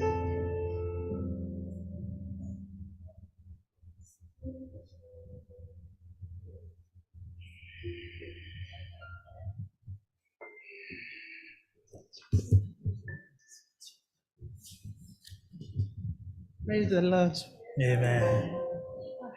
This song, I know some of us know this song. You can as well sing with me. Trials, yes, sometimes are many, and of times my feet grows weary, and I felt I almost stumbled then and now. But the hand that sweetly lifts me is the hand that keeps me steady. And it tells me that I can make it after all. After all, this life is over, and my burden's has been lifted. When I stand upon the mountain, top so tall, looking over to the city that my Savior is preparing, gives me faith that I can make it after all. By myself I cannot make it, but I know He's there to help me. He will hear my cry if only I will call. Just keep on trusting, keep on believing. Otherwise I hear Him whisper, just a few more days to labor. After all, this life is over, and my bodies have been lifted, and I stand so tall, looking over to the city that my Savior is preparing, gives me faith that I can make it after all. After all, this life is over and our bodies has been lifted, and we stand upon the mountain top so tall, looking over to the city that our Savior is preparing, gives us faith that we can make it after all. Gives us faith that we can make it after all. Amen. Amen. Yes, sister, thank you so very much. It gives us the faith that we can make it after all. So no matter what you're going through, believe it, that you will make it. I will make it no matter what after all. And Tochi, you will make it. Remember that. And to each and every one of us, let that be our courage as we press forward. In Jesus' name, amen. Let's rise for the affirmation of faith. Let's all rise.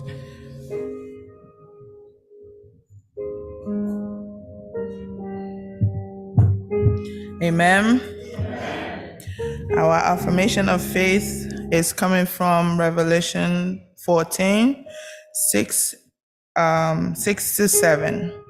And it reads, "And I saw another angel flying in the midst of heaven, having the everlasting gospel to preach unto them that dwell on the earth, and to every nation and kindred and tongues and people, saying with a loud voice, Fear God and give glory to him, for the hours of his judgment is come, and worship him that made heaven and earth and the sea and the fountains of waters." Amen. May the Lord bless his readings in Jesus' name. Amen.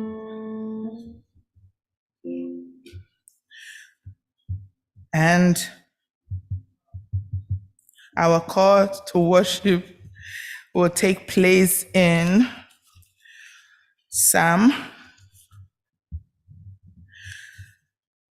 33, verse 20 to 22. And it reads, "Our soul waits for the Lord. He is our help and our shield. For our heart shall rejoice in him, because he have trust in his holy name. Let thy mercy, O Lord, be upon us, according as we hope in thee." May these prayers in Jesus' name. Amen. There's a sweet, sweet spirit in this place,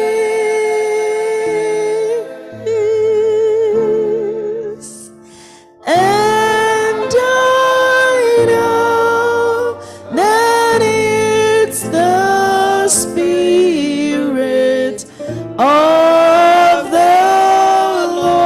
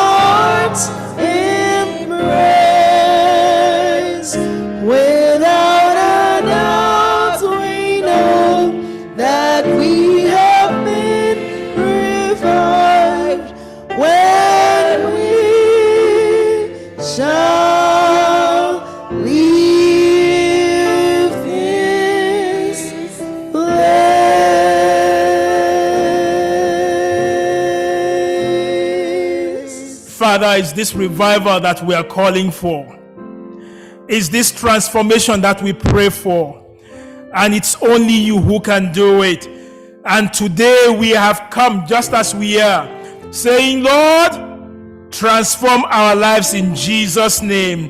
We pray that today all that we do will bring glory to your name and blessings to your children, that we will meet and have this sweet, sweet experience with you. And each one of us will be going, praising the Lord and saying, the Lord met with me and met with us. May this be our testimony and experience today. In Jesus' mighty name we have prayed, and let everyone say, Amen.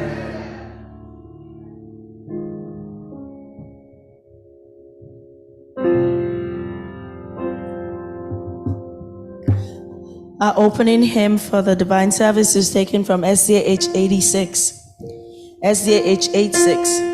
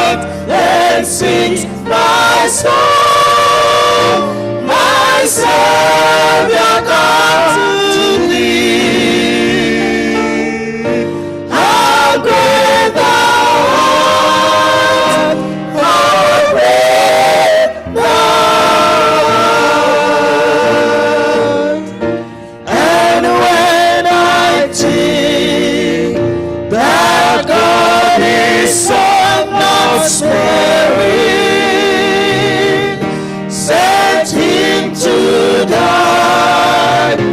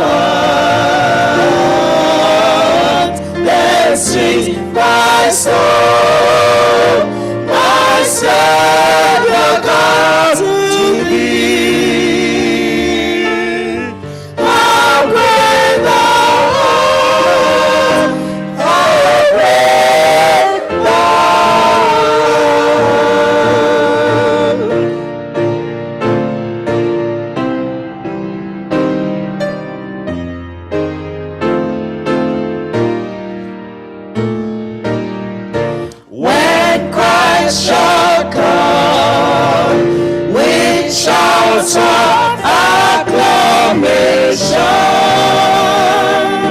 and take me home. What joy shall fill my heart? Then I shall bow in humble adoration and then proclaim, my God, how great thou art. Then sings my soul, my Savior God, to thee. How great thou art, how great thou art. Then sings my soul, my Savior God, to thee. How great thou art, how great thou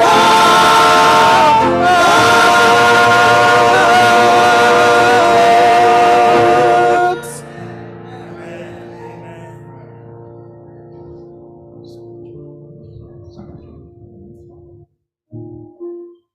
Happy Sabbath, Church.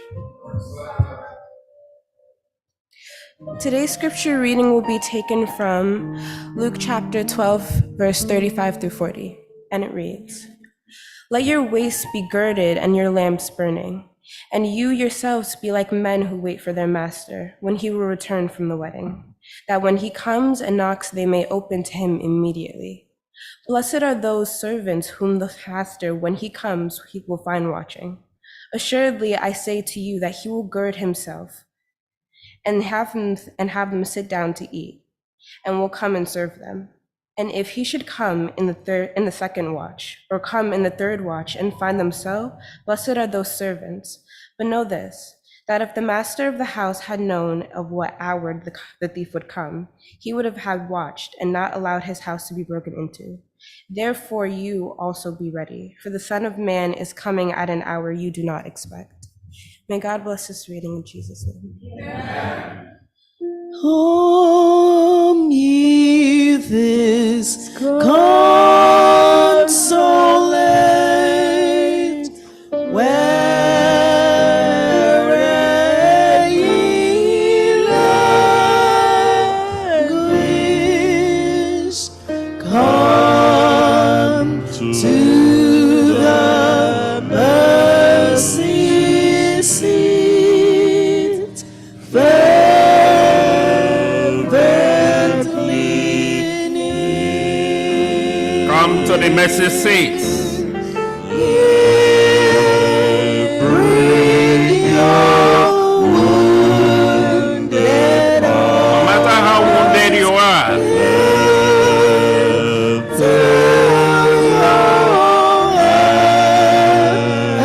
no matter the kind of burdens you have,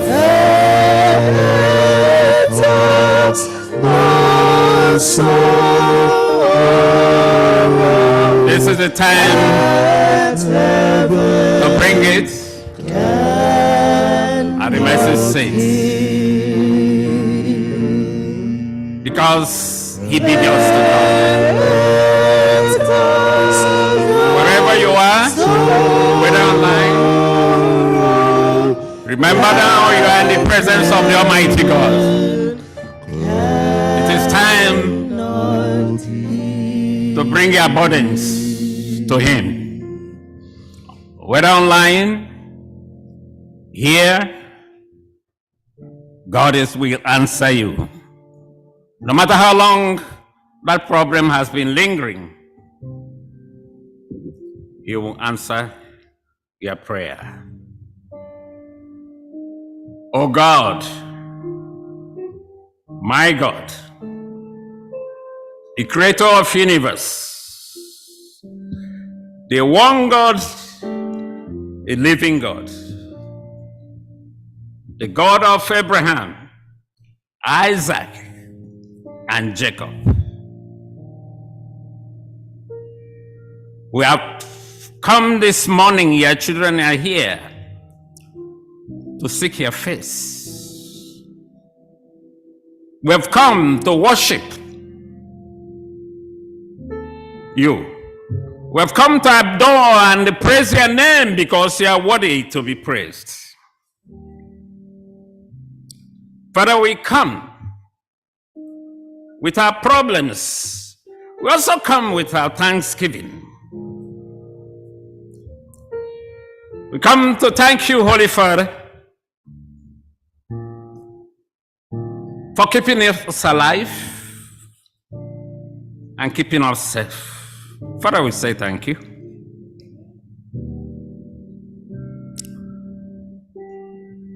For healings and taking care of our health, Father, we say thank you.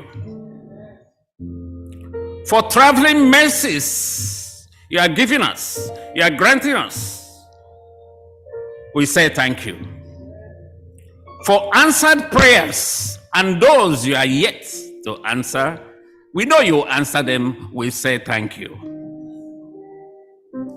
For protecting our children wherever they are, in school, at work, Father, we say thank you. More especially, Holy One, we thank you for being our God. We thank you, Holy Father, for Jesus, through whom we can approach your presence. We say, may your name be forever be glorified and honored in Jesus' name. My friends, I don't know where you've been. I don't know how you have offended your Maker. Just in a second, this is the time to confess our sins to the Almighty God. Amam ngaleze loko, amam matij tukire kwesaho, amam otij mehe. Grono uftaronye wine, oge bahara.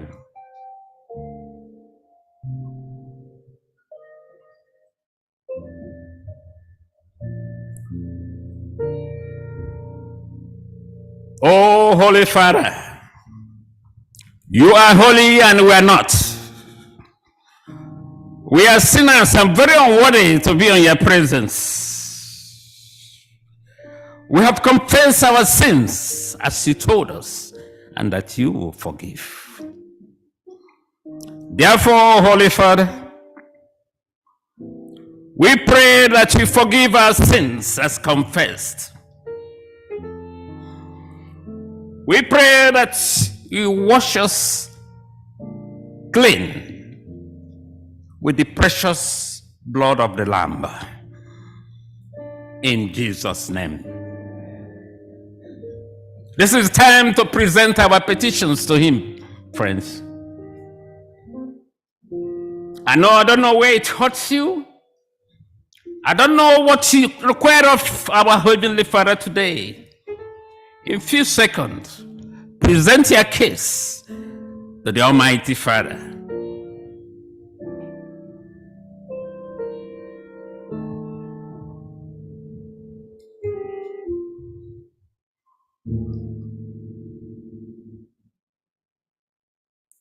Oh, Heavenly God, your children have come with their petitions. They have come with their problems. They have come with their issues. Father, you ask us to come.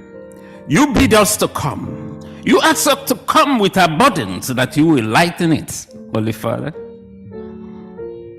Father, we come because you are our God. We come because you are the only one that holds solutions and answers to our problems and issues. We have come, Holy Father, because we know that you answer our prayers. Therefore, Holy One, Arise now on each family, because whenever you arise in each family, things will turn around. Arise now, Holy Father, in their children, their marriages, whatever it is, Holy Father, arise.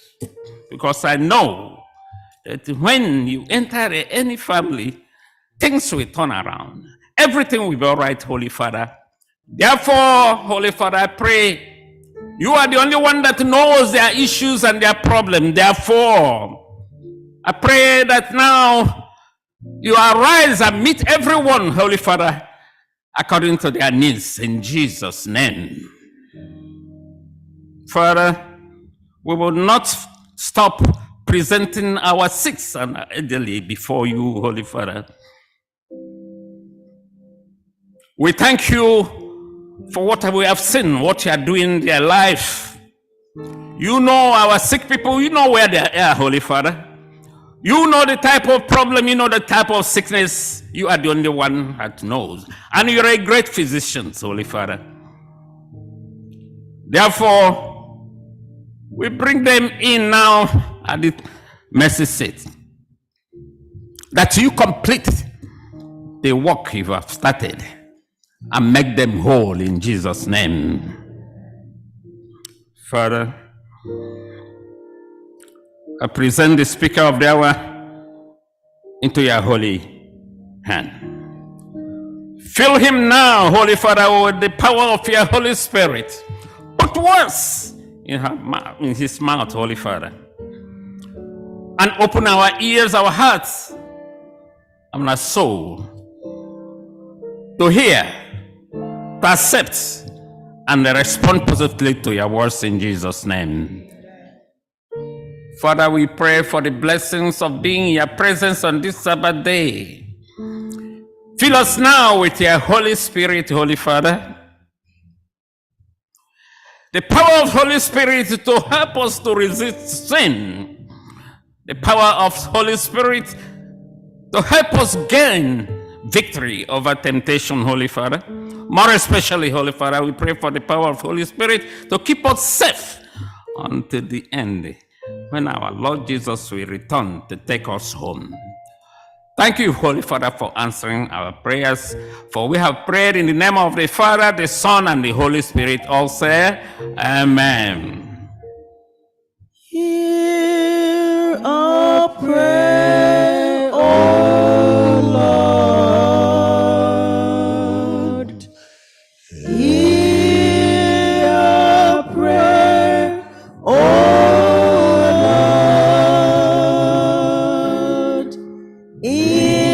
Incline thine ears to us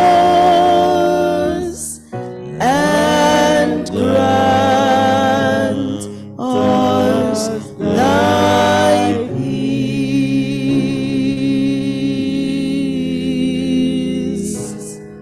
Amen.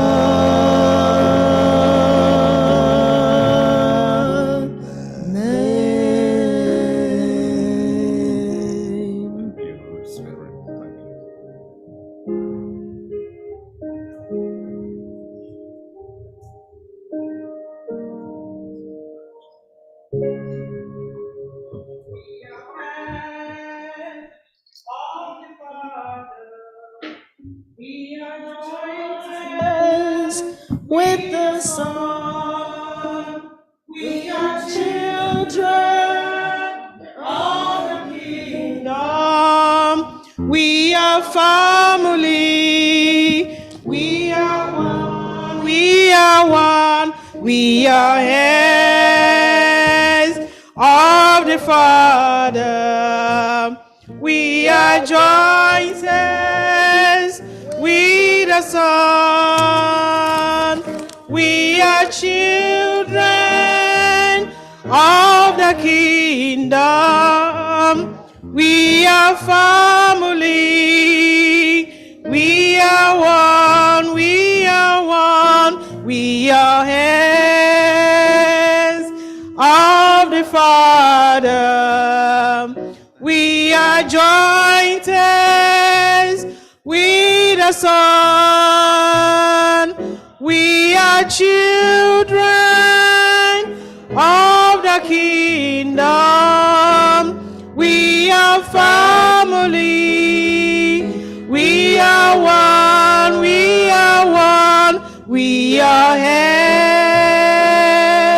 of the Father.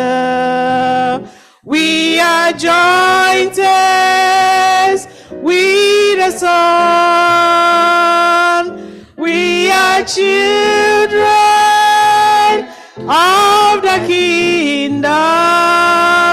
We are family. We are one. We are one. We are heirs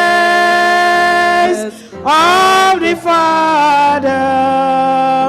We are joint heirs with the Son. We are children of the kingdom. We are family. We are one. This little light of mine, I'm gonna let it shine.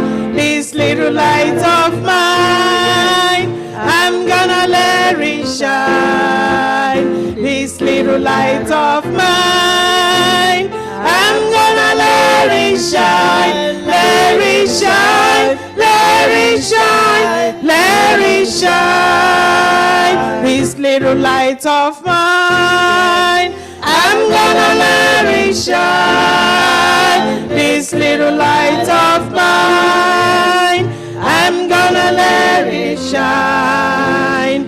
This little light of mine, I'm gonna let it shine. Let it shine. Let it shine. Let it shine.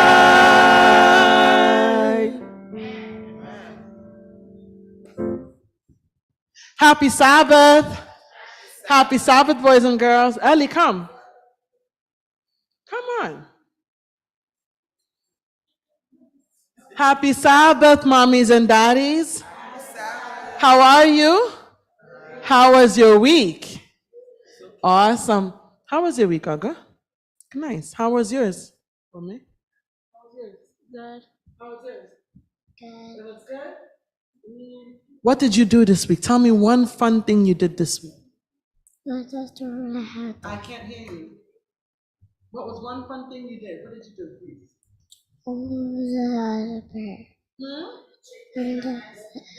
You ate chicken and ice cream? You did? That's awesome. Don't worry about that. She ate it, and that's what she said, and that's what happened. Okay, you ate chicken and ice cream? That's awesome. That's awesome. Ellie, how was your week? It was good? What did you do? You did well. You did well. So, today's story keeps disappearing. But I saved it. Today's story is a kind of continuation or expansion of our primary lesson 2 weeks ago about Esther. Queen Esther, right? Was she a queen? And who was her uncle? Oh, is Casey here? Casey's not here today. And who was her uncle? You know? Well, who was her uncle? Say it loud, Mama. You said it? Can Omer say it for you? Can Omer say it for you? Okay, say it. Mordecai. Nice, nice, nice. And who was the king during that time? Who was the king? King Xerxes. Nice, nice. And what was the situation? What was the problem? What was the problem? I'm sorry? Esther was gonna be queen. No, she was a queen. What was the problem that they were having? That the Persians didn't like the Jews, and that the bad man was gonna kill the Jews. The bad man has a name. His name? Someone is saying it, so you guys can say it. Haman. Haman, right? Okay. So we are going to learn, or we're going to expand on it, because when we learned it 2 weeks ago, I believe, we said something, and I said that I'm going to point it out, but we didn't have children's chapel that day, okay? Remember that Haman wanted to kill the Jews, right? Because he wanted them to bow down to him, and Mordecai said what? He said he's not going to do it, right? And Haman didn't like that, and Haman wanted to come for Mordecai. And then Mordecai had to dress as a what? How did Mordecai dress? Right, like he was poor, right? And then the servant went and told Esther, and Mordecai told Esther to go before the king's throne, right? And tell the king of what was going to happen. Correct? Am I right? Nice. Okay. And then Esther was afraid. So there are certain things I want to point out. Let me hear the story. Queen Esther. Can everyone hear me? Yes. Let me hear the story. Queen Esther. It's off. Yeah, I don't feel it. But am I loud? Yes. Okay. Queen Esther, she came, she saved the Jews, she went before the king. We make it seem like it was so easy for her. One reason why I like this particular story is because we can sense that she was scared.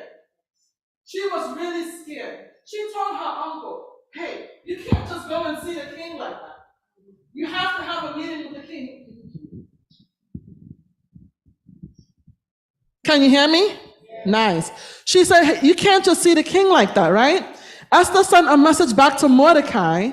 Nobody may go to the king's throne room without being called. If anyone goes and the king holds out his gold scepter, that person may live. But if the king doesn't, what will happen to that person? That person will die. And I haven't been called to go to the king for 30 days. Mordecai told her, just because you live in the king's palace, don't think that people won't soon know that you're a Jew. You cannot escape. If you remain silent, help will come another way. But you and the rest of our family will die. And who knows, you may have been chosen to be queen to save us at this terrible time. So then what happened? Esther eventually went to the king, right? We know the story. So we know that Esther eventually went to the king, right? And we know that eventually we know what happened, right? The Jews were saved. But what happened before then? Esther told them. What did Esther do? Because we know that she worked, but then she also did something. Esther sent a final message that she and the rest of the Jews should do what? Fast and pray. Should fast and pray before she goes to the king. School is about to start. And this story tends to, anytime I do children's chapel, it always comes around when school is going to start. And I love it. Work without faith, faith without work. Esther did the work. She went to the king, right? Did she just fast and pray and say, all right, we're going to fast and pray for 3 days, right? Lord, please save my people. Did that happen? Listen to me. Did Esther just fast and pray for 3 days and say, Lord, help my people, save my people, without going to the king? Did that happen? Esther fasted and prayed. And then she went to the king. How many banquets were held before she finally presented her case? It wasn't the first one. How many banquets? 2. 2. So she put in work. She didn't just go the first time. She went back the second time after fasting and praying. Now that school is about to start. And it's going to get harder because you're not in second grade anymore, right? What grade are you going to? You're 6th grade. You're not in 5th grade. You're going to this is like a whole new chapter for you, right? And you're not going to be staying at home. Even if you're staying at home, TV time is going to be cut in half, okay? And you're not in kindergarten anymore, right? And what grade are you going to? You're not in 4th grade anymore, right? It's going to get a little harder, right? The workload is going to get a little harder. The stress is going to get a little harder. Homework is going to be a little more. And we have to learn how to manage our times a little better. And while we're working really, really, really hard, we cannot forget to pray. Don't forget to fall on your knees. Don't forget to say, God, Teacher gave me 6 pages to read tonight. I'm only used to reading 4. I need you to help me. Don't forget to pray. And if you do remember to pray, please don't say, Lord, I have a spelling test on Friday, so I need you to help me. And then Monday through Thursday, you don't open your book not once. Right? Does it work like that? We don't work without having faith, and we cannot have faith without working. Esther had faith. She fasted and prayed for 3 good days. And then she went to the king how many times? Twice. So this school year, and with everything else that we're doing, we work and we pray and we pray and we work. And everything will be all right by his grace. Okay? All right. My people online, are you hearing me? Did you guys hear me? Nice, nice. All right. I need 2 people to pray for us. You are Michael. Michael is going to pray for us, and I need 1 person online. Come. Is anyone online that wants to pray? Eliora, would you like to pray? Me, Chimde. Okay, Chimdi. Can you? Okay, so Chimdi, you pray for us, and then Michael, you close. God protect the whole church. Please help us to have faith. Help us to be kind. Help us to work.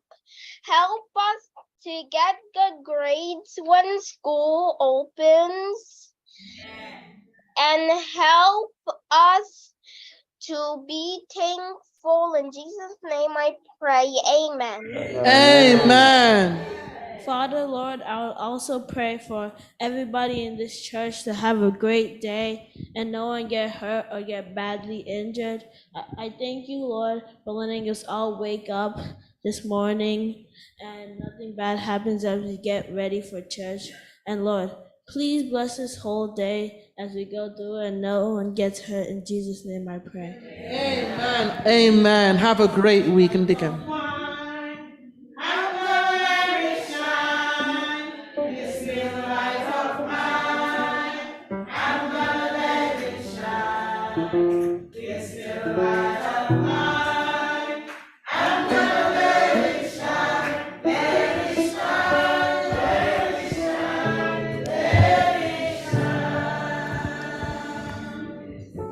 Happy Sabbath, church. Offering time for me is always a blessing time. I don't know about you. I love this Bible passage that says God loves a cheerful giver.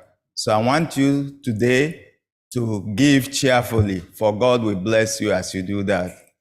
The deacons and the ushers. Why?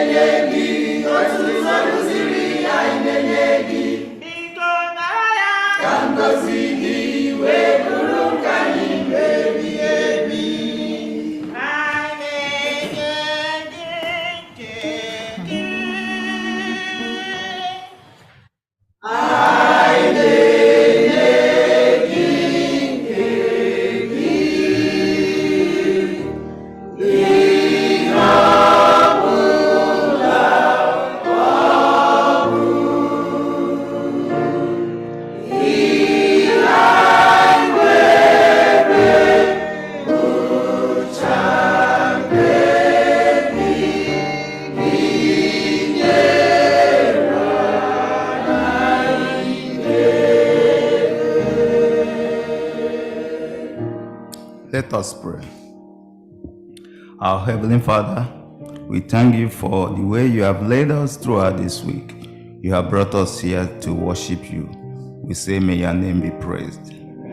Father, we have come just as we are. We have returned our tithe and offering. We say, is there any way we have sinned against you in giving? Father, we pray for forgiveness. Forgive us our trespasses. Have mercy on us and accept our worship today, for we have asked in Jesus' name. Amen. From every evil works, from every evil works, from every evil works, and the Lord shall deliver, deliver, deliver, deliver, and the Lord shall deliver, deliver, deliver, from everyone, from every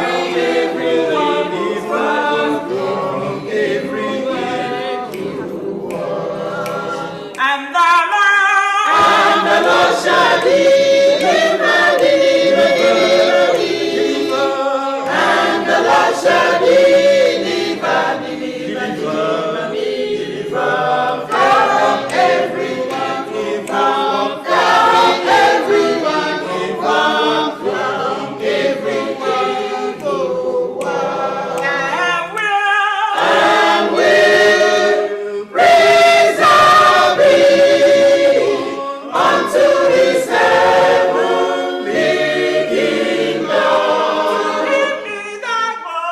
To him be the glory forever and ever. Amen.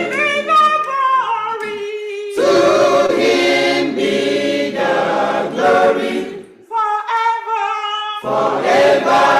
and ever.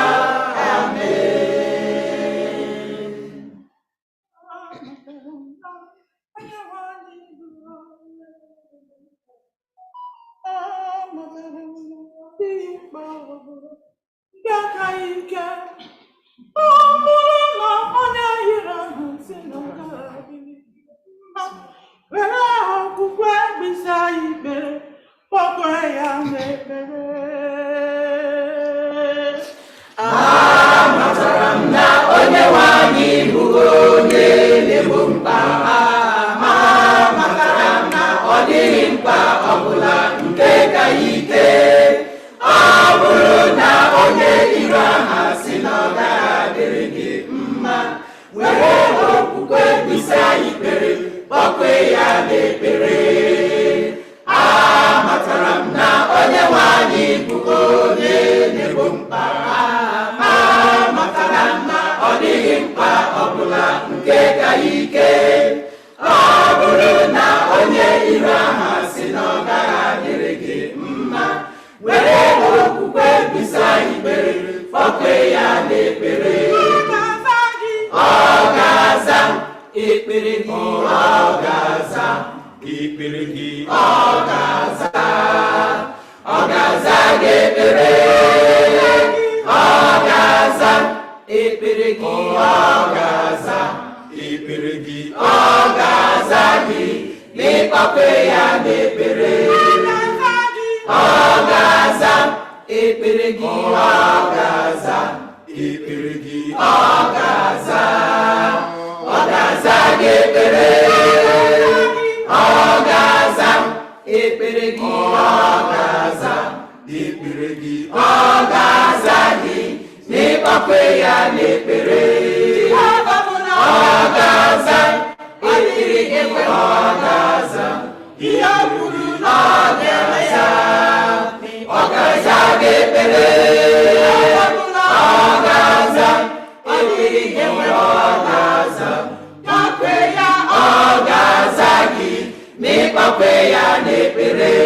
Ọ ga-aza ekpere gị, ọ ga-aza ihe ọ kwuru na ọ ga-aza. Ọ ga-aza gị ekpere. Ọ ga-aza ekpere gị, ọ ga-aza kpọkwe ya. Ọ ga-aza gị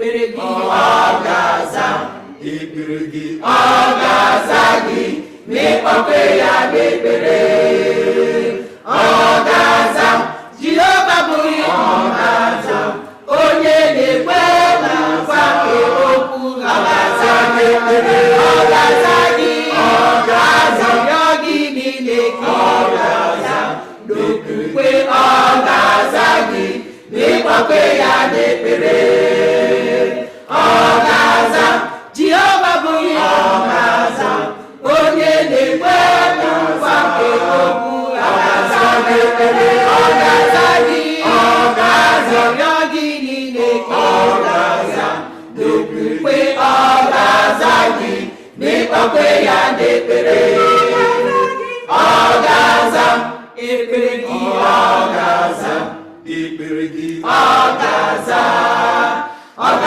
gị ekpere ọ ga-aza ekpere gị ọ ga-aza ekpere gị ọ ga-aza gị n'ịkpọkwe ya n'ekpere ọ ga-aza ekpere gị ọ ga-aza ọ ga-aza gị ekpere ọ ga-aza ekpere gị ọ ga-aza Jehova ga-aza gị n'ịkpọkwe ya n'ekpere ọ ga-aza ekpere gị ọ ga-aza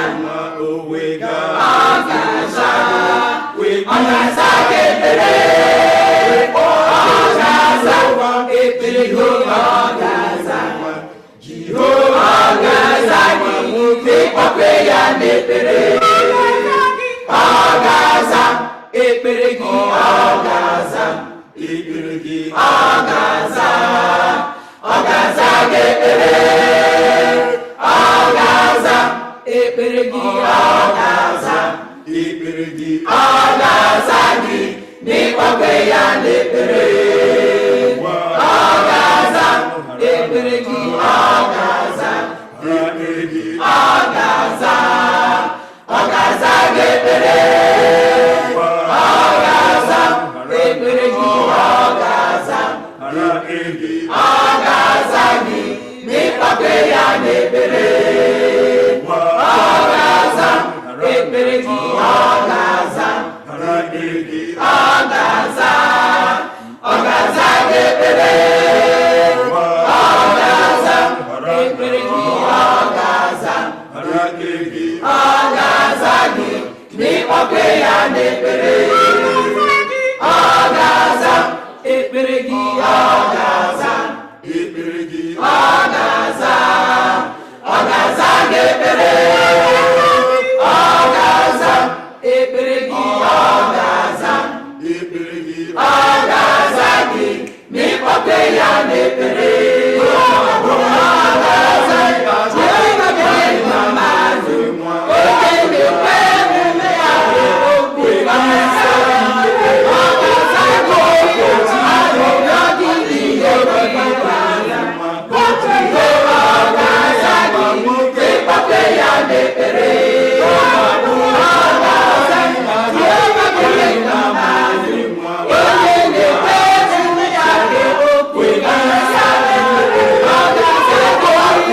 arịrịọ gị niile gbara Jehova ga-aza gị n'ịkpọkwe ya n'ekpere ọ ga-aza ekpere gị ọ ga-aza ekpere gị ọ ga-aza gị ekpere ọ ga-aza ekpere gị ọ ga-aza ekpere gị ọ ga-aza gị n'ịkpọkwe ya n'ekpere ọ ga-aza ekpere gị ọ ga-aza ekpere gị ọ ga-aza gị ekpere ọ ga-aza ekpere gị ọ ga-aza ekpere gị ọ ga-aza gị n'ịkpọkwe ya n'ekpere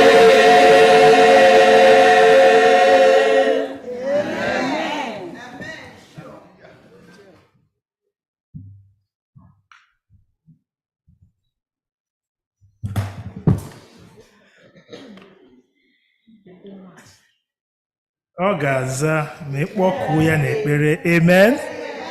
Yes, yes, yes, yes. You see, our God is a prayer answering God. Amen.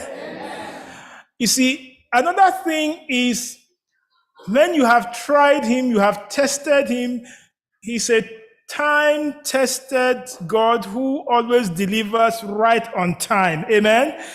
So it's not just that you call on him, but when you have the experience, that's why the psalmist says, "Oh, taste and see that the Lord is good." Amen. And you see, when they were singing, I don't know for you online, but I know the choir did not notice what I saw from here. Because they have tried him and tested him, and he has proved to be God and God alone. The smile on their faces here, those on the first row, the way they were smiling and the way they were moving just would tell you, see this one, they have really tasted the Lord. And the Lord has proven to be true indeed. Amen. And that's what happens. Saints of God, it is not just to pray and keep quiet, but try him and testify to another person and say, God is good. So reach out to someone beside you and say, sister, brother, my God is good. Oh, you know how we say it, eh? And for the Ogagas, make I talk and the way we they talk and down there, right? God is good, oh. My God is sweet, oh. He's sweet, my God, sweet my belly, oh. This God is good, oh. He good, oh. He good, oh. This God now, wow, oh. He good, oh. He kind, oh. He give my picking chop. He make my life better. He butter my bread to finish. This God, he good, oh, he good, oh, he good, oh. This God now, wow, oh, he good, oh, he kind, oh. He give my picking chop. He make my life better. He butter my bread to finish. Amen, amen. Yes, that's the God we're talking about. And when they see your face, I mean, when they behold your face, they just wonder, what makes you so radiant like this? Then you talk and say, what? God is now God, oh, my God is good, oh.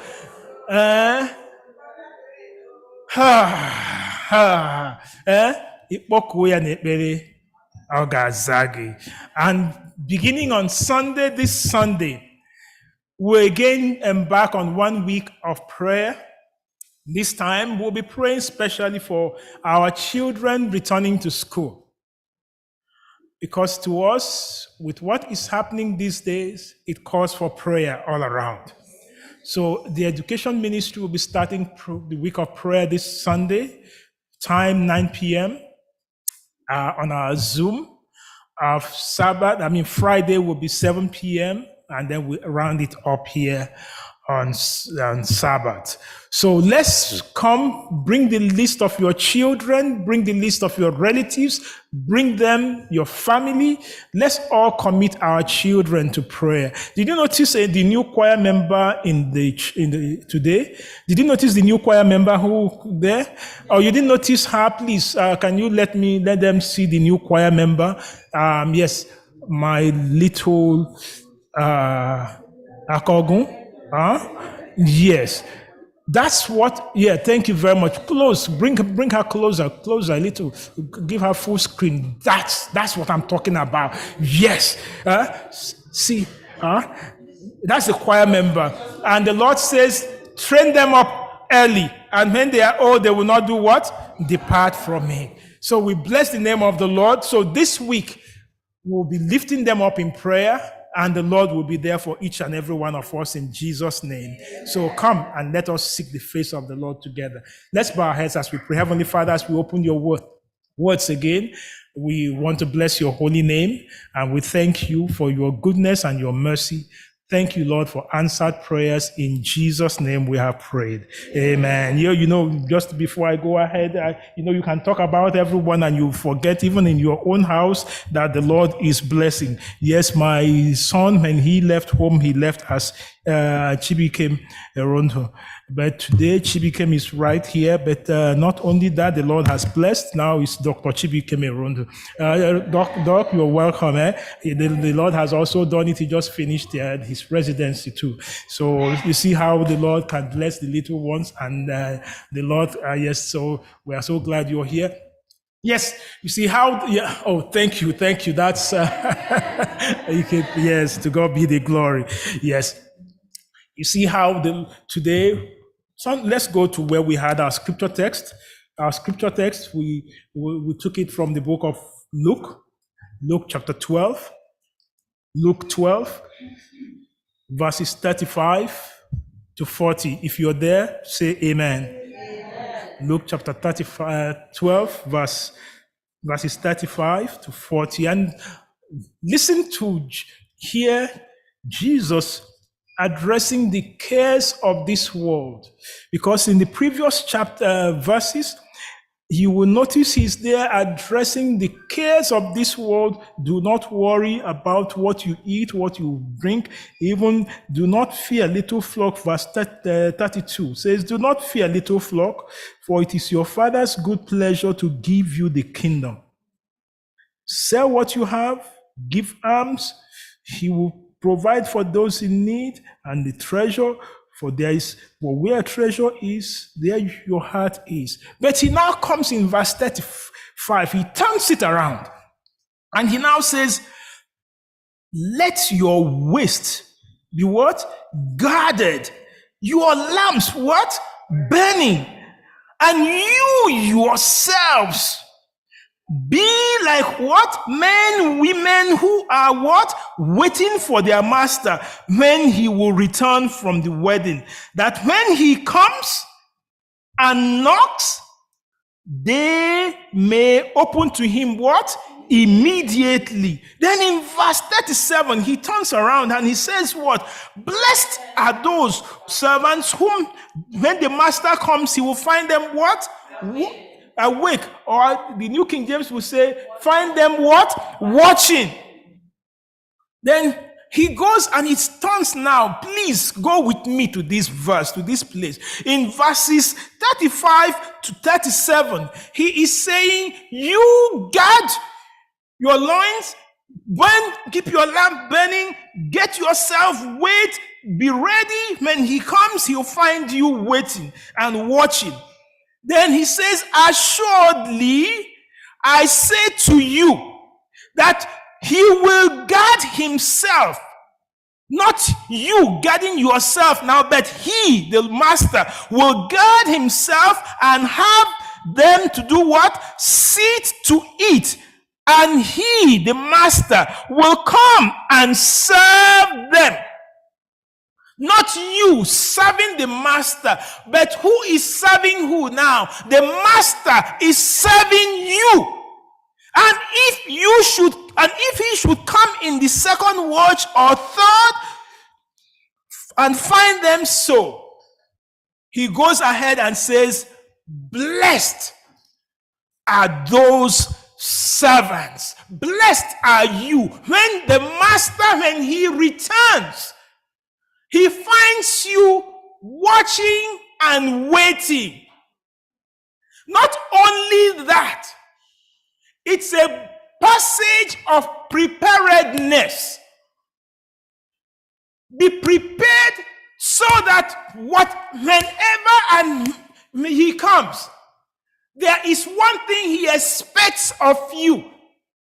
Will he find you waiting? Will he find you watching? He knows that we have needs.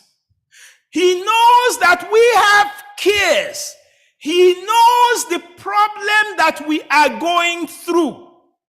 But the master says, though you are in these situations, those situations are not adding up, though things are not working out as expected, it is no excuse for you not to be ready when I come.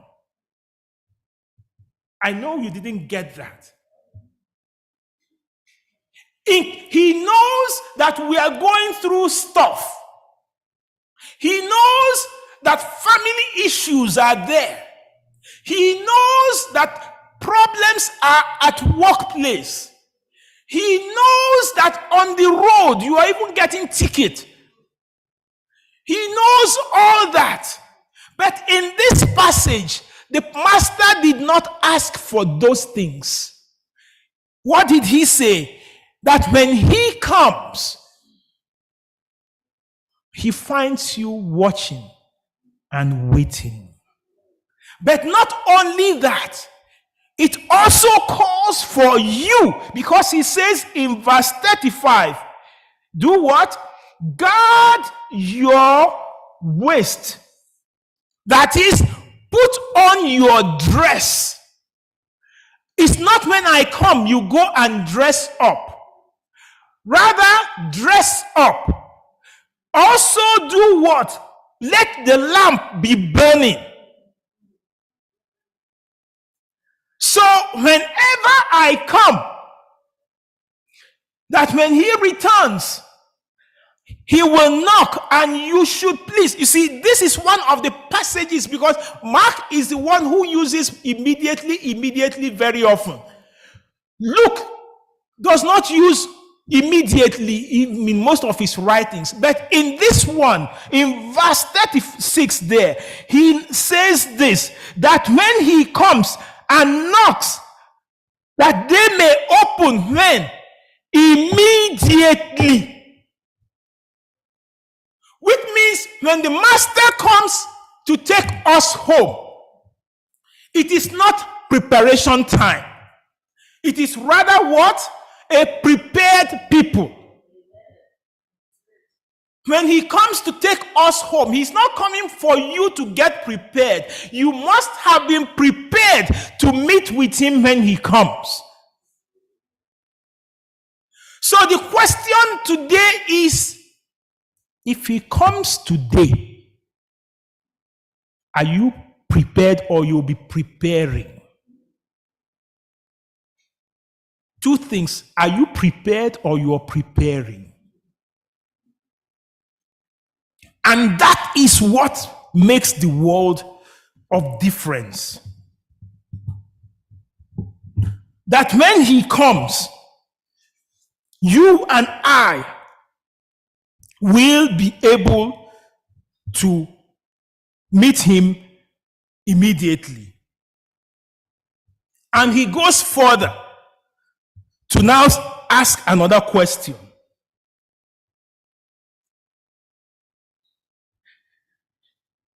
When he comes, what manner of person are you?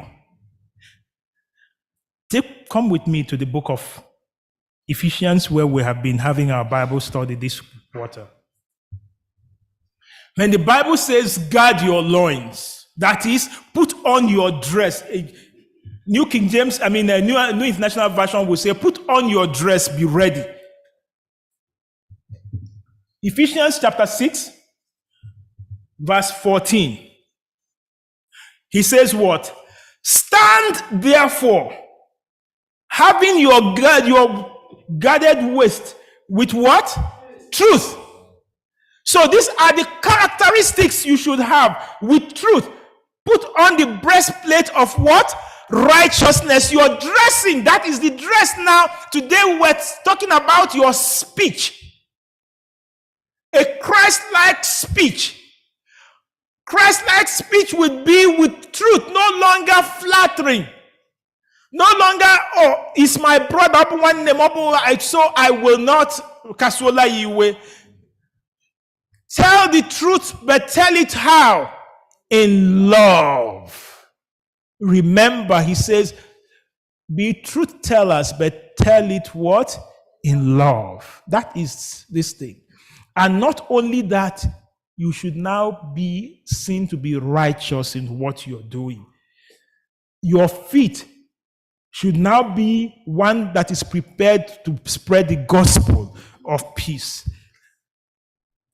In your dressing, in your manner of everything, when he comes, are you ready to meet with him? Secondly, as I said, you will now see that in verse 37, he now begins to call these people who are ready. He calls them what? Blessed people. Blessed are those servants he will find what? Watching. So he moves us from ordinary people to a blessed people. He moves you and I, because you are there for him, he says you are blessed. And not only that, these blessed people are no longer ordinary people who are just following. They are now people who the master, when he comes, now take over their own affairs, and your affairs becomes his own affairs. So in your prepared time now, the master is saying, whatever is confronting you also confronts me. I will strengthen you in this journey. So fear not what is going on. Turn around to the events in the world. Let's just pause a little. Look at the situation we have all experienced in Hawaii. Everything, the siren, everything in place. But all of a sudden, the flash fire, everyone is still trying to determine how it came. But how it came is not now this thing, rather, everywhere is burnt down. What do you say of such?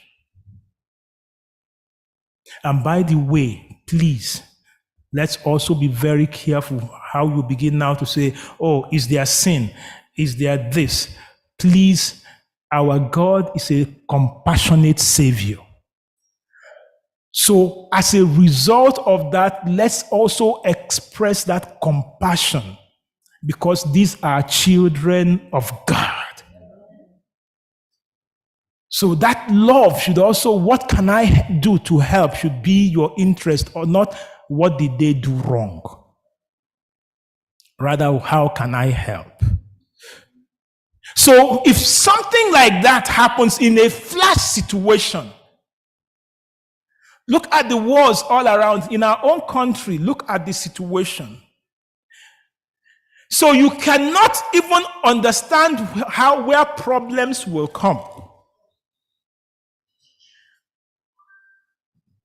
Last week, listen to this. A lady was mowing her lawn. This is from BBC News. Peggy Jones, in the city of Silsbee, Texas. She was mowing her lawn. And while mowing the lawn, please guard yourself now. All of a sudden, a hawk that picked up a snake, the snake dropped by mistake and dropped on Peggy while mowing her lawn. Snake drops on her from sky, boom. And the snake, in that flight of fear, wraps around her hand and begins to peck. Fortunately, she was wearing glasses. Begins to peck her glasses. Yes, I'm reading right here from BBC News, as told by CBS News. This incident happened on July 25. Wraps around her, and the hawk in that instant also swoops down to get her food. So perches on Peggy and trying to get the. So that struggle, finally the hawk was able to get the snake and off. But by then, she's been scratched and everything and off. That is the world in which we are living. Today, you say, I have it all correct. Tomorrow, everything is falling apart. Even it's not tomorrow, the next minute is falling apart. Peggy was saved. In Hawaii, over 100 are dead. Even some had to jump into the ocean. That's the world in which we are. So your preparedness in situations, in times like this, cause it that you and I should now be people who are on at alert every minute, with our eyes fixed to heaven, with our minds fixed to Jesus, and saying, Lord, if it is now, I am ready to go home. And White in the book, Testimonies to the Church, volume 2, page 196, says this. Please, yes, help me on my screen over there. By watching, they, the servants of Christ, of God, become strong. They overcome selfishness. Yeah, can you help me over there? All right, I'll read from my screen here. By watching, it means it's a call that you and I should be ready at any moment. Overcome selfishness. Afflictions will come, but as much as possible, let afflictions be a time of preparedness. They sometimes overcome fear, their fear and doubts, and while their eyes are directed towards heaven, they say to the adversary, I am what? I am watching. I am waiting of my Lord. I will give glory to the Lord in my tribulation and affliction. Amen? Amen. I will give glory to the Lord in my tribulation and affliction. Which means don't let your afflictions be a distraction. In the midst of your affliction, be what? Strengthened. In the midst of your trials, watch. Watch, she says. Give me the next slide. He desires that we should keep watching and be ready. Are we prepared without delay to open to him immediately when he calls? Watch, she says.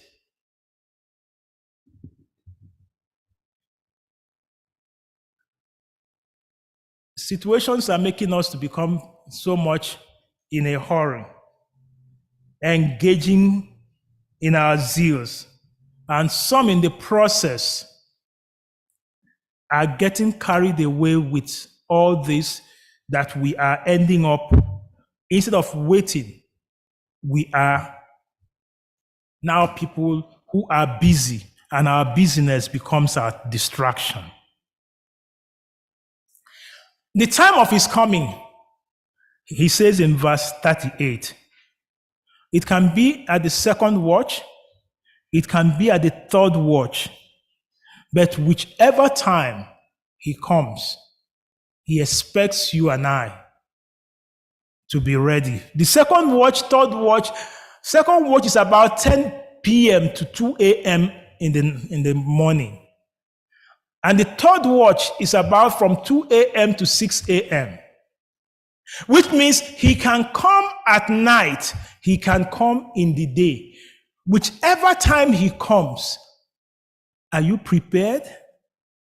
Or the distractions of this world, have they distracted you that you will lose out of the benefit of his time.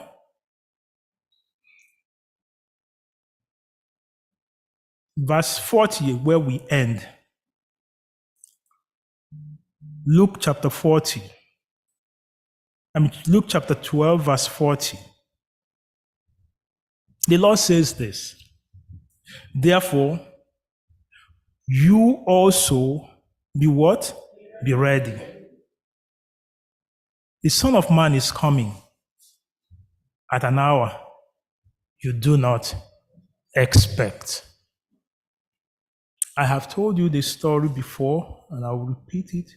As a young boy, when we were in Aba, and my dad was transferred to Lagos. They told us the story, so he went. The most part that fascinates me up till today, that over there in Lagos, when we get there, water is running 24/7 in the house. So you will not have to go to the pump to fetch water. You know the life when you have to wake up in the morning, go to waterside at Aba, fetch water, come back before going to school. And then not only that, please, all of you from Aba, I'm not trying to this to be well known. So you go to, imagine going from Matthew will know, go to waterside and climb the issue to come to before going to school at home or like primary school. And not only that, you also have to go and fetch firewood before going to school. But they also said over there, there's water, and then they have a gas cooker in the house. I said, so you don't have to go and fetch firewood. So Daddy said he's coming after the long vacation. He will come during the long vacation to take us. After school, brothers, sisters, every day we were looking out of the road. When is Daddy coming? His Daddy said it's long vacation. So this is vacation time. And you know what we're going to take is Bungburu. You know, that big lorry. That's what we're taking to go. So every lorry passing by, we will expect it to just turn inside. To come, you know, no cell phone to tell us this is the day. He just said, I am coming to take you. So we waited until finally one day, one lorry just turned and came inside his side. And we were watching it, and it came in front of our house.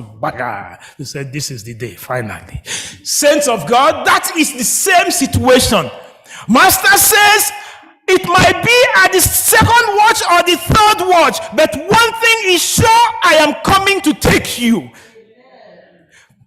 So we can only know signs of the times, but we don't know the day.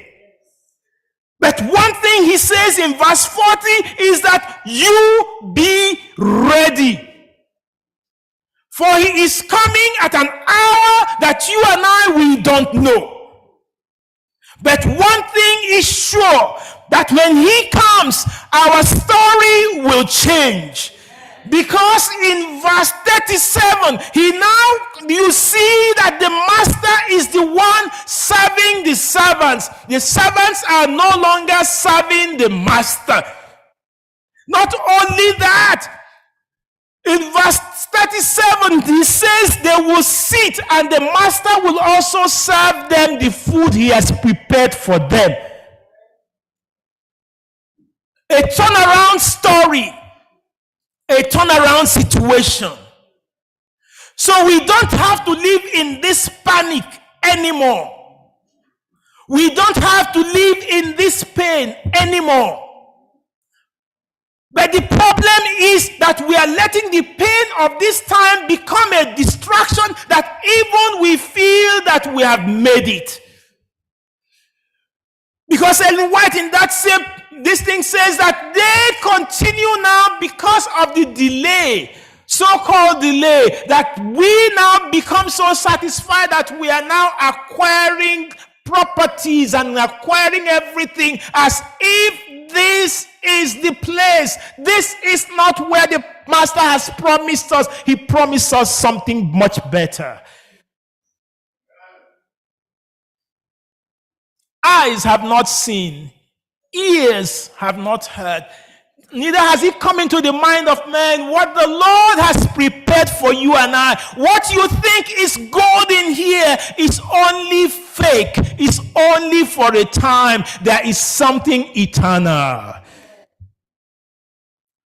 Are you prepared, or are you just still preparing? And the last group of people are those who just feel, you know what? He has come. He has gone. He's not coming again.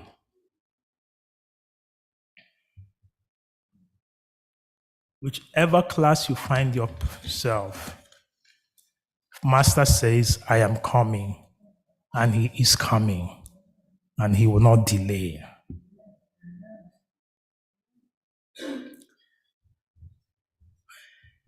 N'akwụkwọ Luk isi 12 ịtara ahịrị nke 37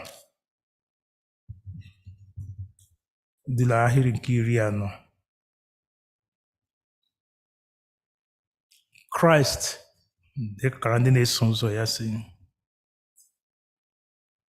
ka oriọna anyị na-enwu, ka anyị nọ na njikere, n'ihi na oge ahụ nke anyị na-amaghị na nwa nke mmadụ ga-elọgharị. Ma ihe kacha mkpa anya ahụ abụghịla ọ ga-elọgharị. Ọ dị ka mbụ, mgbe ọ ga-elọgharị kụwa akala ọnụ ụzọ ụlọ, anyị gakwado ịnọla njikere imeghere ya ụzọ n'otu ntabi anya ahụ. Anyị gakwado inwe ike imeghere ya ụzọ ka ọ bata. Tọbụla ọ bụ mgbe ahụ na anyị gata ịbịa gbawa gburugburu ịchọ otu anyị ga-eji nabata onye nzọpụta anyị, n'ihi na oge awa ahụ nke anyị na-amaghị ọ ga-ebịa. O kwere nkwa na anyị ga-elọghachi. Anyị nọkwadala njikere tọbụ ka ọ bịara abịa ọlamafụ, ọ gaghị elọgharị ọdọ. Nọọ n'olileanya. Mee ga-emere nlachike gbuo ga-abụ ihe mgbu nke ụwa na nsogbu nke ụwa emeela anyị niile. Anyị anọkwarala njikere, kama anyị egbefula n'eluigwe lekwasị ihe ụwa anya, lelie anya n'elu, n'ihi na nzọpụta anyị ka dị nso karịa ka ọ dị na mbụ, n'aha Jizọs. Saints of God, I don't know how prepared or how you are preparing. I pray that nothing will distract you. For Peggy on that day, that snake fell, flash fall, but the Lord delivered her. For you, I don't know how your fire might come. It might not come like those in Hawaii. Your fire might come anyhow. But don't let your fire distract you from where you're going. Rather, stay focused. Your illness, remember, is only here.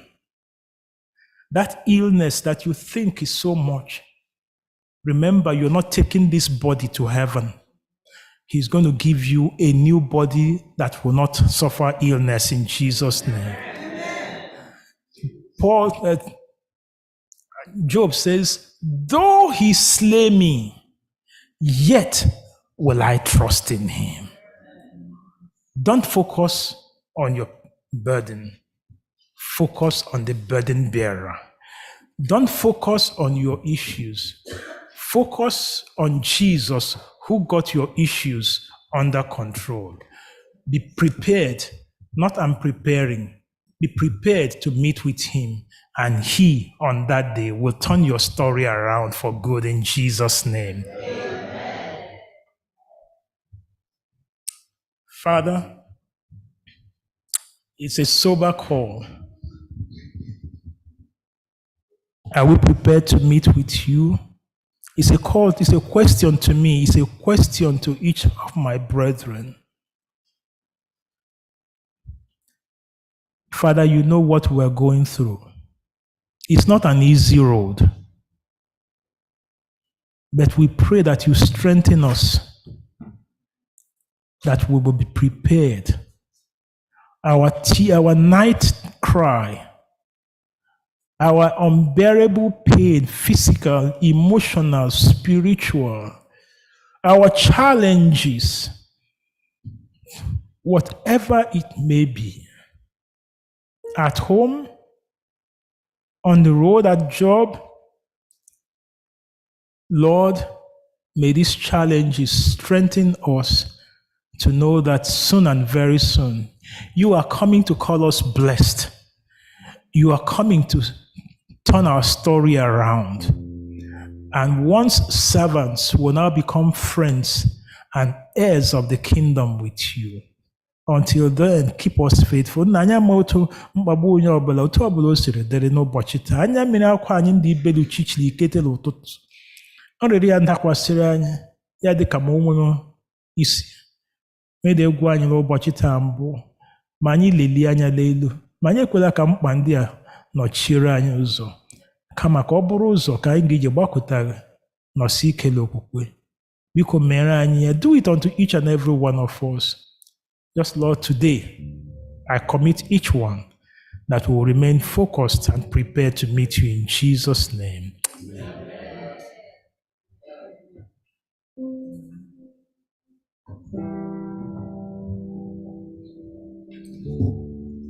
We'll bring the service to a close by singing from SDH 598.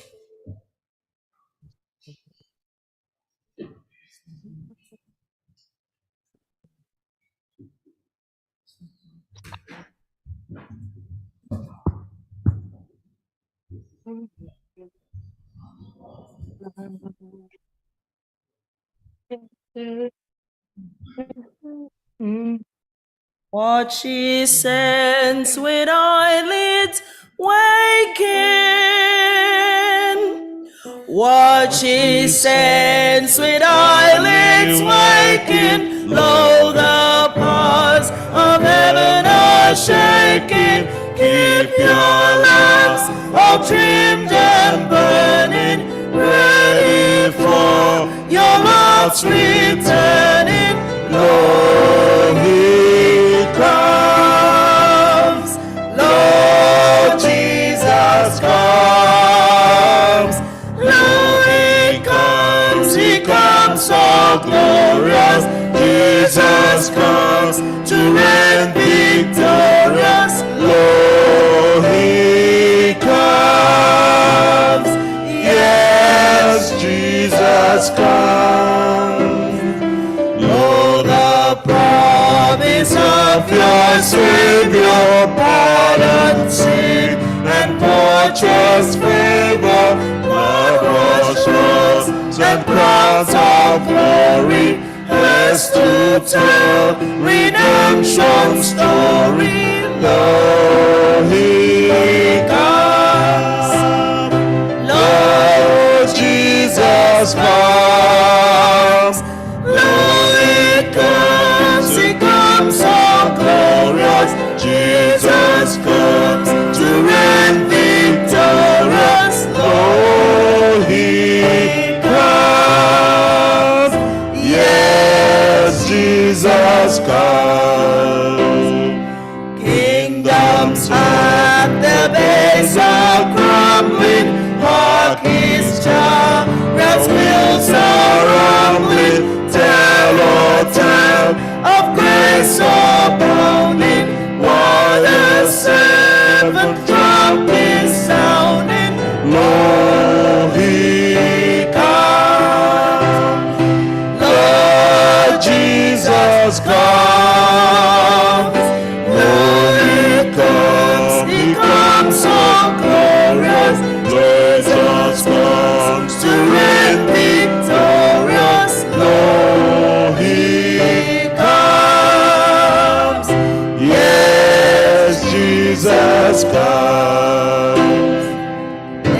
comes when the proud and stately Christ is King.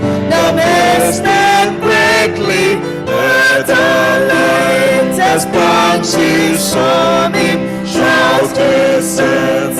Your Lord is coming, lo, he comes. Lord Jesus comes. Lo, he comes so glorious. Jesus comes to reign victorious. Lo, he comes. Yes, Jesus comes.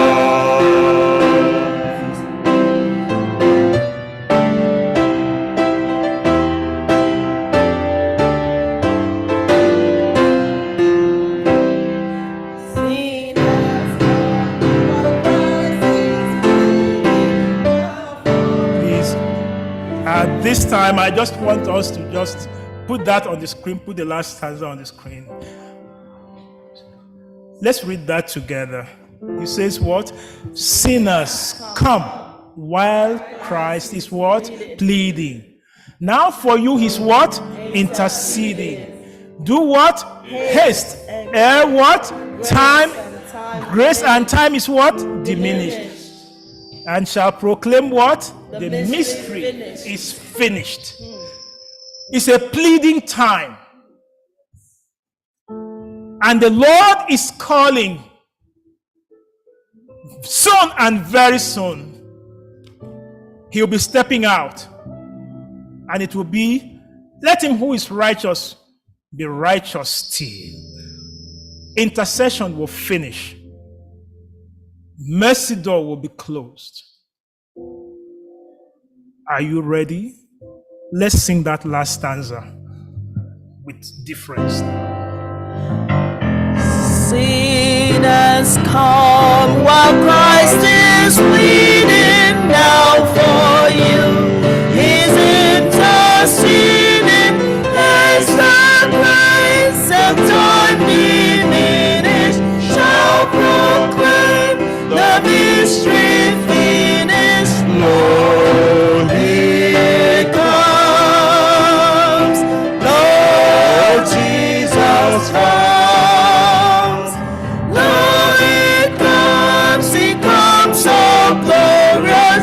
Jesus comes to reign victorious. Lord, he comes. Yes, Jesus comes.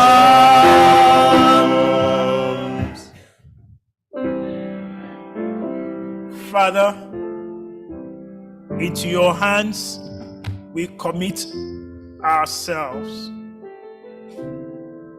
We don't want that door to be closed on us. Rather, we want to be one of those.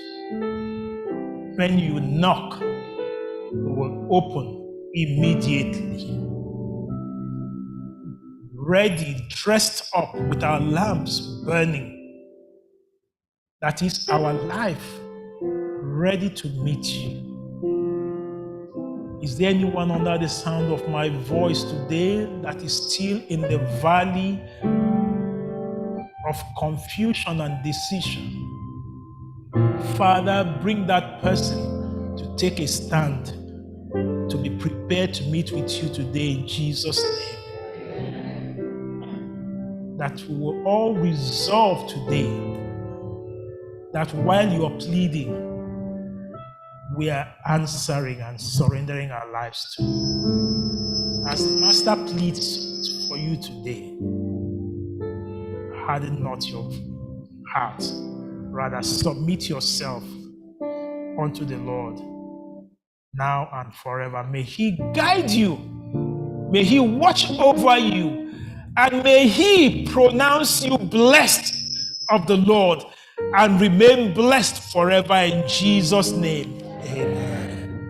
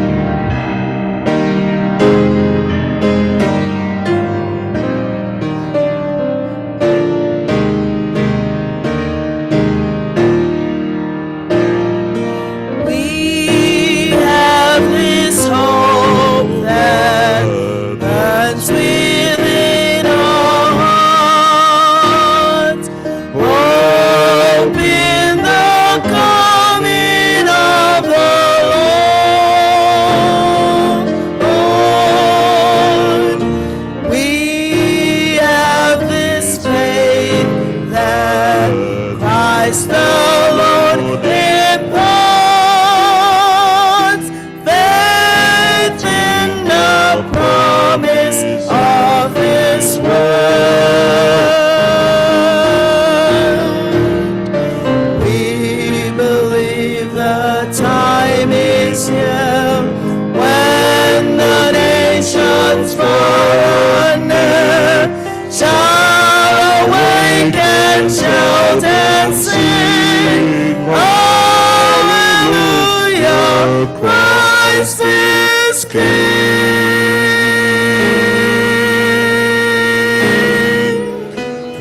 We have this hope that's within our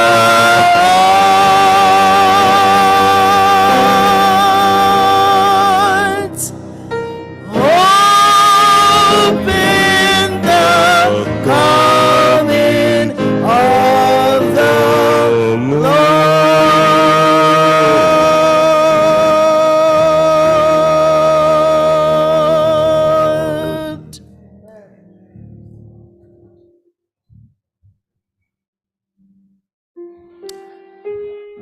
Let's all be seated for a moment of meditation.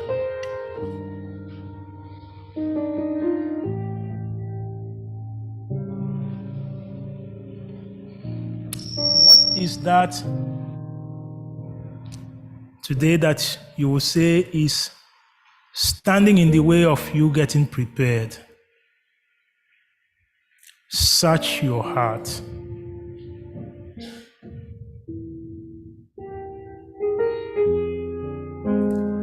Talk to the Lord.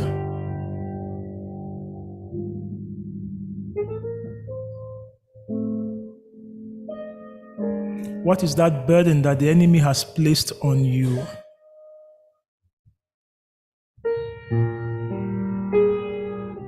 He said, "Come, all you who labor and are heavy laden. Cast your burden at the feet of Jesus today." The evil onye iro fọrọ sị bịakwute m unu ndị na-adọgbu onwe unu n'ọrụ. Vuru mkpa ahụ vụsara ya.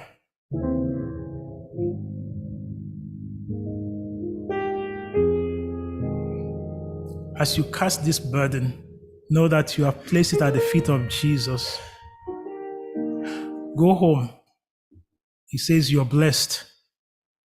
Rejoice in the blessing that the Lord has given unto you today. And may this blessing continue to follow you now and forever in Jesus' name. Go with God.